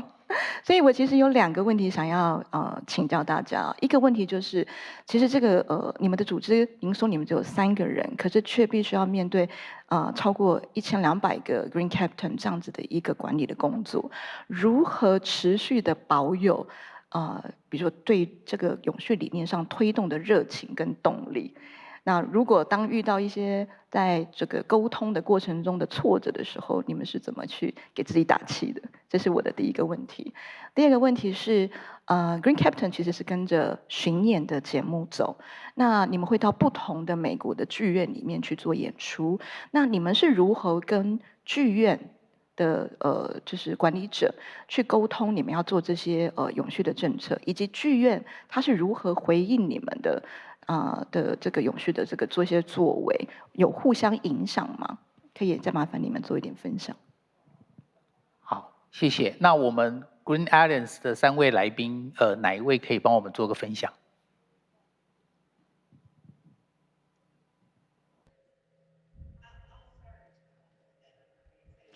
我先开始好了。那 Austin 跟 Lauren 等一下可以补充哦。非常谢谢，真的非常开心能参加这个主题舞的这个论坛，然后听到2位精彩的这个分享哦。我觉得大家都对于这个打造绿色团队有共同的热忱。那也听到说这个中高阶层要先愿意去推动，我觉得是非常重要的事情。那其实也回答了这个问题哦，因为你今天要管这么多人，我们3个就算要使出分身乏术，也没有办法做到。所以我觉得这些绿色队长，我们尽量的提供他们工具、资源、想法是很重要的，然后也去了解他们想要做什么，他们有兴趣的地方，因为他们是实际执行的这个第一线人员，那他们也最了解自己剧场的状况嘛，因为这个是全美的这个剧场规模啊、预算啊、类型、制作的节目都不一样，所以我们不可能就说哦，你就是这样做，因为大家都对自己的社群、对自己的剧院是最了解、最有掌握的，所以也最知道说什么是适合做的。所以我们其实就是给大家很多的选择、很多的工具，让你自己去拼凑出你的这个策略。那当然有时候做一做会有职业倦怠，但是我觉得就是可以克服。那 Austin Lauren 有没有要补充的？Molly 她是非常棒的这个领导者哦。那对我自己来讲啦，我其实真的从 Molly 身上学到很多，就是深受鼓舞。那另外也从我们绿色队长身上哦，还有他们的这个推动的行动计划学到很多。那这个苏执行长，你提到说这个社会连结、永续，它其实是相辅相成的。我也非常的认同。那我们的绿色队长其实就是在他们自己的社区里面去推动这样的这个气候行动，然后能够见证这一切发生，然后提供他们支援跟协助。我觉得是我们这个 BGA 这个模型能够一直走下去，然后一直走在前头，带领大家前进的力量。那就像Molly说的，我们不可能就是分身跑到1000个地方，所以这是我们作业的方式。我很同意 Austin 你跟 Molly 讲的，你们2个就是让我保持热忱的源头啊。那其实在我们的官方网站，其实也有人问到说，是什么让你想要成为绿色队长？那就很多人都会写他们的回答，然后我就会觉得很感动，我超爱读那些东西，那些就是我继续下去的热忱所在。谢谢我们3位的与谈者的回应了哈。好，那我想针对刚刚这个议题哈，那如果大家还有持续想要提问的话，都欢迎你们就开始在 Slido 上去提供你们的一些想法哈。好，那我想3位国外的3位这个Green Captain 的这个来宾，有没有想要再针对问题提出一些问题问我们这2位国内的发表人？好，如果没有，请 Molly 来，我们请 Molly 说。Great. I have a 就是我们刚刚在回答就是你们的问题嘛，那我也想要了解，你们遇到的挑战，是不是有时候团队会觉得他们想要参加，想要推动绿色，但是真的不知道该从哪里下手，然后就会觉得啊，我一下子要做好多事哦，不知道从哪里下手。那各位怎么样去帮助你们的绿色团队？那怎么去处理？例如说，有些同仁可能觉得说，这真的太多了，我自己一个人怎么做到？你们怎么应对呢？我们内部组织内部，不管是大机构、小机构，我们怎么去鼓舞我们的员工或者是我们的同仁，能够一起来投入这个绿色的部分？那因为刚刚我们听过苏副总监稍微讲一下，那倒是我想家乐福的经验哈，因为我知道你们人没有稍微多一点，但是也没有很多啊，那你们怎么样也去，甚至说你们怎么跟你们的协力厂商？哦，因为我知道你们有非常多是在地的小农企业，那他们都非常有这种环保的概念，你们怎么去跟他们去做沟通，甚至希望在你们每一次的艺术文化季中都能够有这些绿色元素放进去，是不是也可以分享一下你们的经验 ？OK，其实我们在讲食物供应链里面，利害关系人非常的重要，所以其实那个上中下游彼此之间要怎么去了解他想要改变里面遇到的困难。那这当中，我们必须要协助他们去解决那个困难。我举例来讲，当今天家乐福的采购想要推菲龙式鸡蛋，他可能会遇到消费者可能觉得它太贵不买，他可能遇到他目前原本的作业模式是跟原本这个系统不一样的，所以我们要做的角色就是怎么样去协助他去跟主管沟通，然后去协助去跟农民。去理解他们要怎么样能够上架，怎么样做行销。所以其实我觉得这当中你怎么样共同去参与，而不是只是告诉他不断你要做这个永续的概念，然后你自己去努力。所以怎么样把他的困难大家愿意信任、透明的做揭露，然后去理解他的问题在哪里，然后给他一个可行的 solution。那像我们在做市集里面要影响这些店家不用一次性的餐具，用动物福利标章的这些商品，他们就会产生很多的疑问，我们就请他们提出来。第一个，他们觉得它很贵，他们觉得这些动物福利商品很贵，那我们就说好，那这3天我们提供给你们比较便宜的价格，介绍给他们农民，然后告诉他们有什么使用。然后，因为这3天的市集，所以他们也可以调整他们价格，加上我们协助沟通。结果沟通完之后，他们自己在使用原物料的时候，他们就发现真的比较香，比较好喝，甚至他们自己有些是过敏体质的，他就会发现原来想象跟实际实验结果发现是不同的。那一次性餐具更有趣，因为我们是办自己的活动，所以我们就由我们去设下规定，告诉消费者说我们一起来使用这个一次性的餐具，然后也希望事先跟所有的店家去做共识的一个会议，告诉他们说，你这一次的这个市集，你的设计的食物就是要能够尽量减少使用一次性餐具，或者是你的食物的设计本身就要适合这样子的一个容器使用。所以我觉得其实是以终为始，你想要达到什么样的结果，那事先让所有人知道，然后大家共同去分享挑战跟问题，然后共同去解决。谢谢。好，谢谢苏小珍的分享哈。那我觉得从家乐福的民间角度来看，他们去推动的这个过程，当然还是需要非常多的沟通。我觉得这个是我们在推永续过程当中不可避免的。那当然我因为在北艺大服务嘛，那我想我大概也简单分享一下我们北艺大我们怎么在推动永续这个议题上那大家晓得我们北艺大，当然我们艺术家其实都非常期待能够把用艺术作为一个管道，作为一个方式去做推动永续议题。那其实说真的，我们学校的 Green Captain 应该就是我们校长了那因为他常常有很多新的点子他今天在现场来，那他常常有很多新的点子，不断的会提出来可以怎么做。那当然我们最大的苦主就是我们的研发长那我们整个北艺大在推动，其实就像一般的大学，其实我们跟两厅会很像，我们一定会有一个绿色，就是我们执行我们永续的委员会。那我们研发长就是一个主要的一个执行长，那他在推动。那因为在这种大型的这种不管是大学或是法人机构当中，其实有系统性的推动会比较有机会能够落实。那我们推动方式不外乎就是昨天其实我们在会里面有提到减法加法。啊，我们减掉我们耗能的东西，不管是电力啦，或者是我们一个 production 之后所有的材料，我们减掉它。那我们加什么？就是不断的透过课程或者是各种活动当中去让我们的师生有这一种永续的意念在里面。那事实上，除了减法加法，我们真的很期待乘法除法都可能发生哈。那当然你会发现乘法就是说，当我们其实有一个很简单的作为，我们就能够让大家的观念往前要进。除法就是说很简单，我们又有一个很简单的作为，比如说我们控制了什么样的东西，就能够让我们的耗能很明显的往下走。哦，所以我觉得其实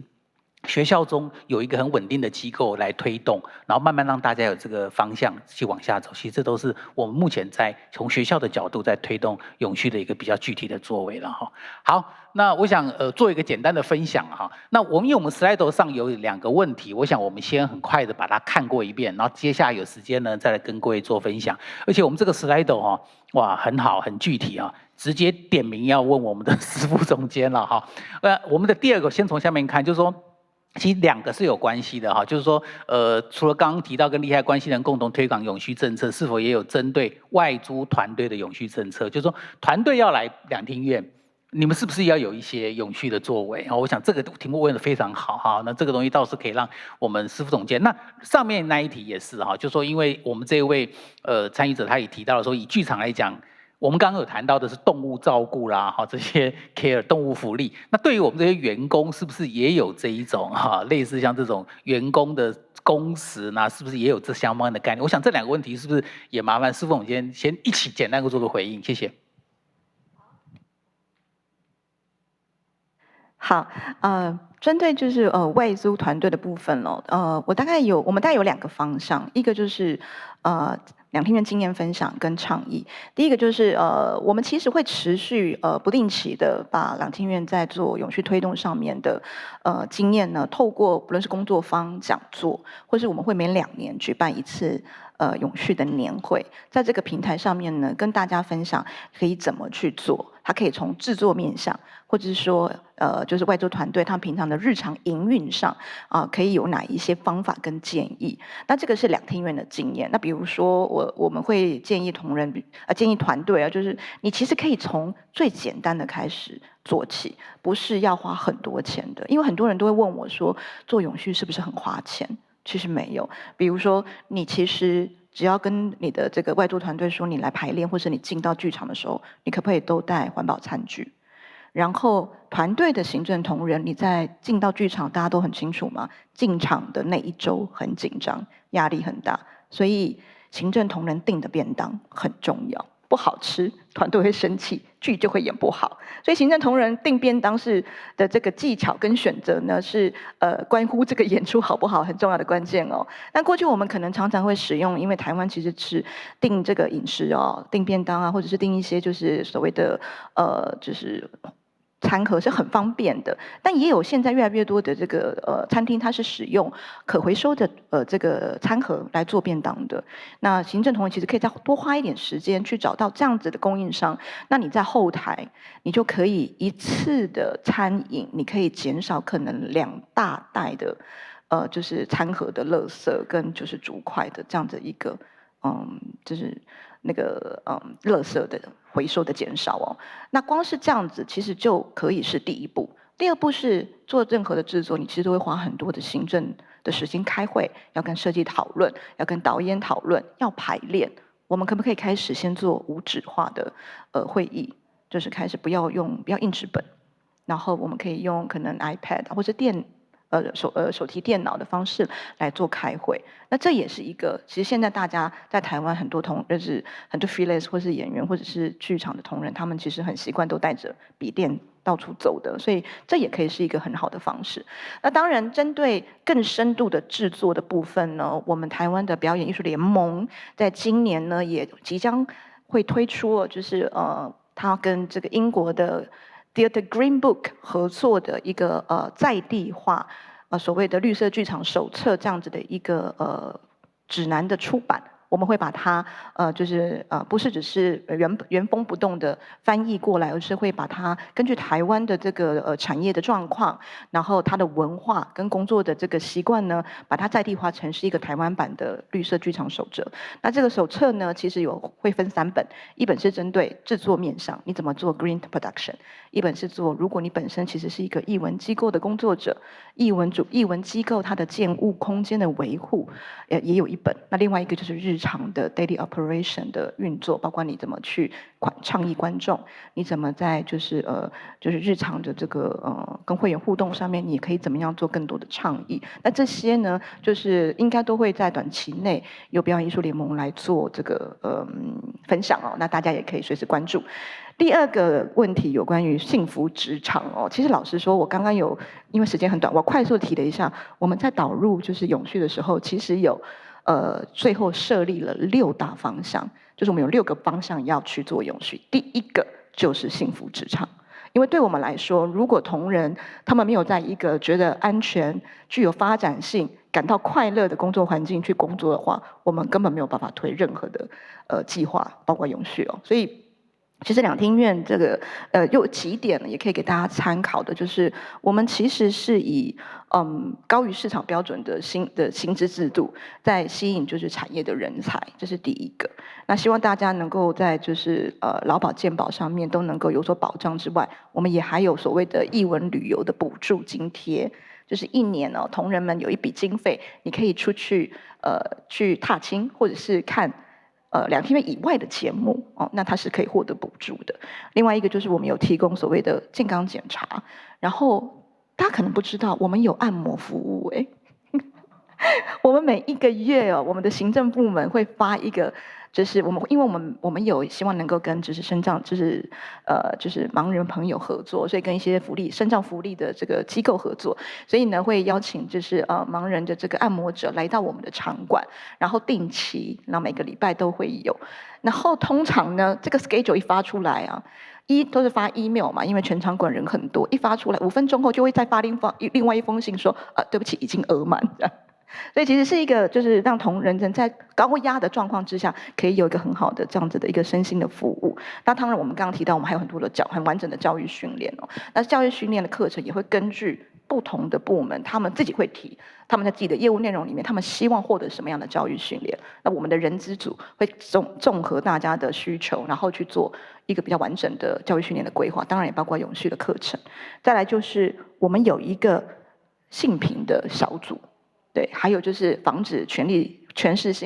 势暴力的这个性侵或者是权势职场暴力这样子的一个畅通的管道，就是同仁们只要在这个过程中遇到任何的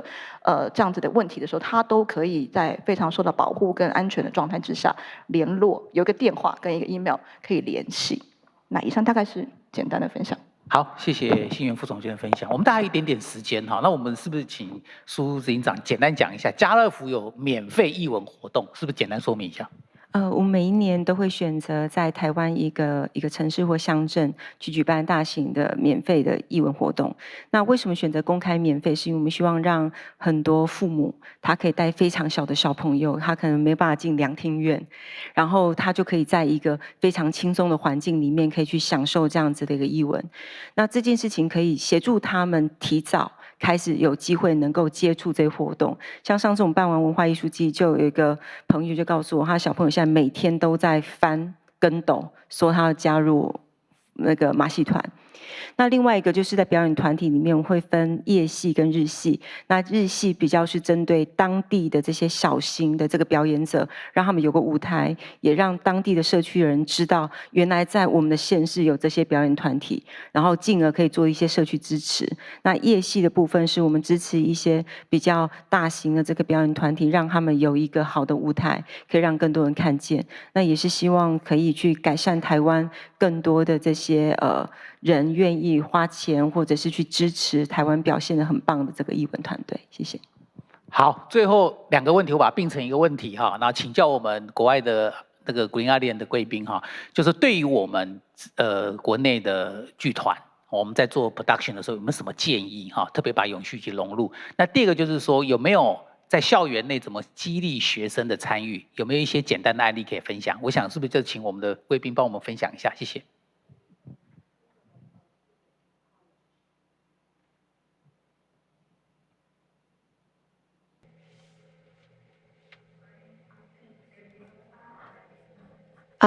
Lauren、Austin， 你们有想讲吗？不然我来回答。Molly， 你来回答吧。好，我来回答。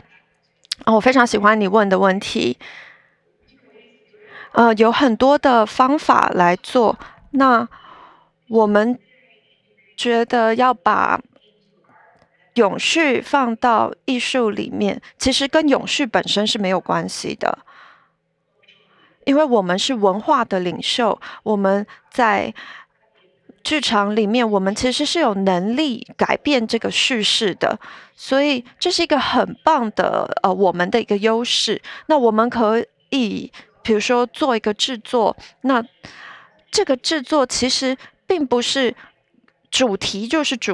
永续，我们是可以这样做，但是我们把东西永续这个概念融入进去。那比如说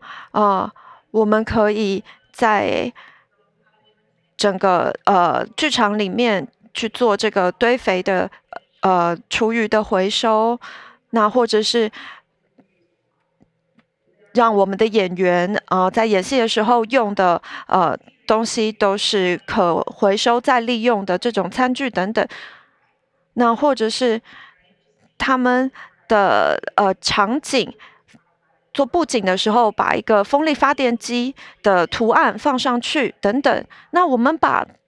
日常生活里面可以做的这些永续的行为融入到表演当中。那我觉得，我们能做的另外一件事，就是我们可以选择一个大家想要专注的道路去做。那因为我们现在有非常多的选择，那如果你什么都要做，大家可能会觉得反而有点害怕，所以大家只要专注在一个道路上面去推动就好，一个计划一个行动就好。那 Lauren， 你觉得呢？因为你其实是非常有才华的一个人。那所以我觉得对，就像你说的，我们可以用画图的方式，然后有一个大的，比如说一个看板，那大家可以来一起在上面分享大家的想法，用画画、用写字的方法都可以。那我是觉得，我们不希望让团队觉得压力很大，我们有很多的东西要去推行。那其实我们应该不要把这种负担加到我们的这些剧场人员的肩膀上面，而是说让他们感觉可以很融入。今天有点 delay 了哈，很抱歉哈，我没有把时间控制好哈。不过我觉得透过今天的讨论，我相信大家对于我们整个预设议题融入在我们生活当中，甚至剧场当中，还有我们的生活当中是非常的有共识的哈。那我想最后我们就用我觉得我们这个绿色联盟刚开始讲的有一个很好的一句话，他说其实我们没有办法绝对的来做绿化、做永续这件事情，但是就是说我们怎么样让我们自己。就是从一个 greener 开始做啊，就是慢慢的一点一滴的去累积啊，它这个东西就有可能持续的发酵下去哈。好，那我们今天非常谢谢我们2位的语坛人，当然也要特别谢谢我们3位哈，他们现在正在感恩节的假期，我们还特别请他线上跟我们讨论，我们是不是非常的感谢？谢谢你们，谢谢哈，再次代表主办单位谢谢大家。那我们今天的这个 section 就到这个地方，谢谢大家。那祝大家有一个愉快的中午。那大家不要忘记啊，我们下午1点半再请准时开始我们下一个场次。谢谢，谢谢。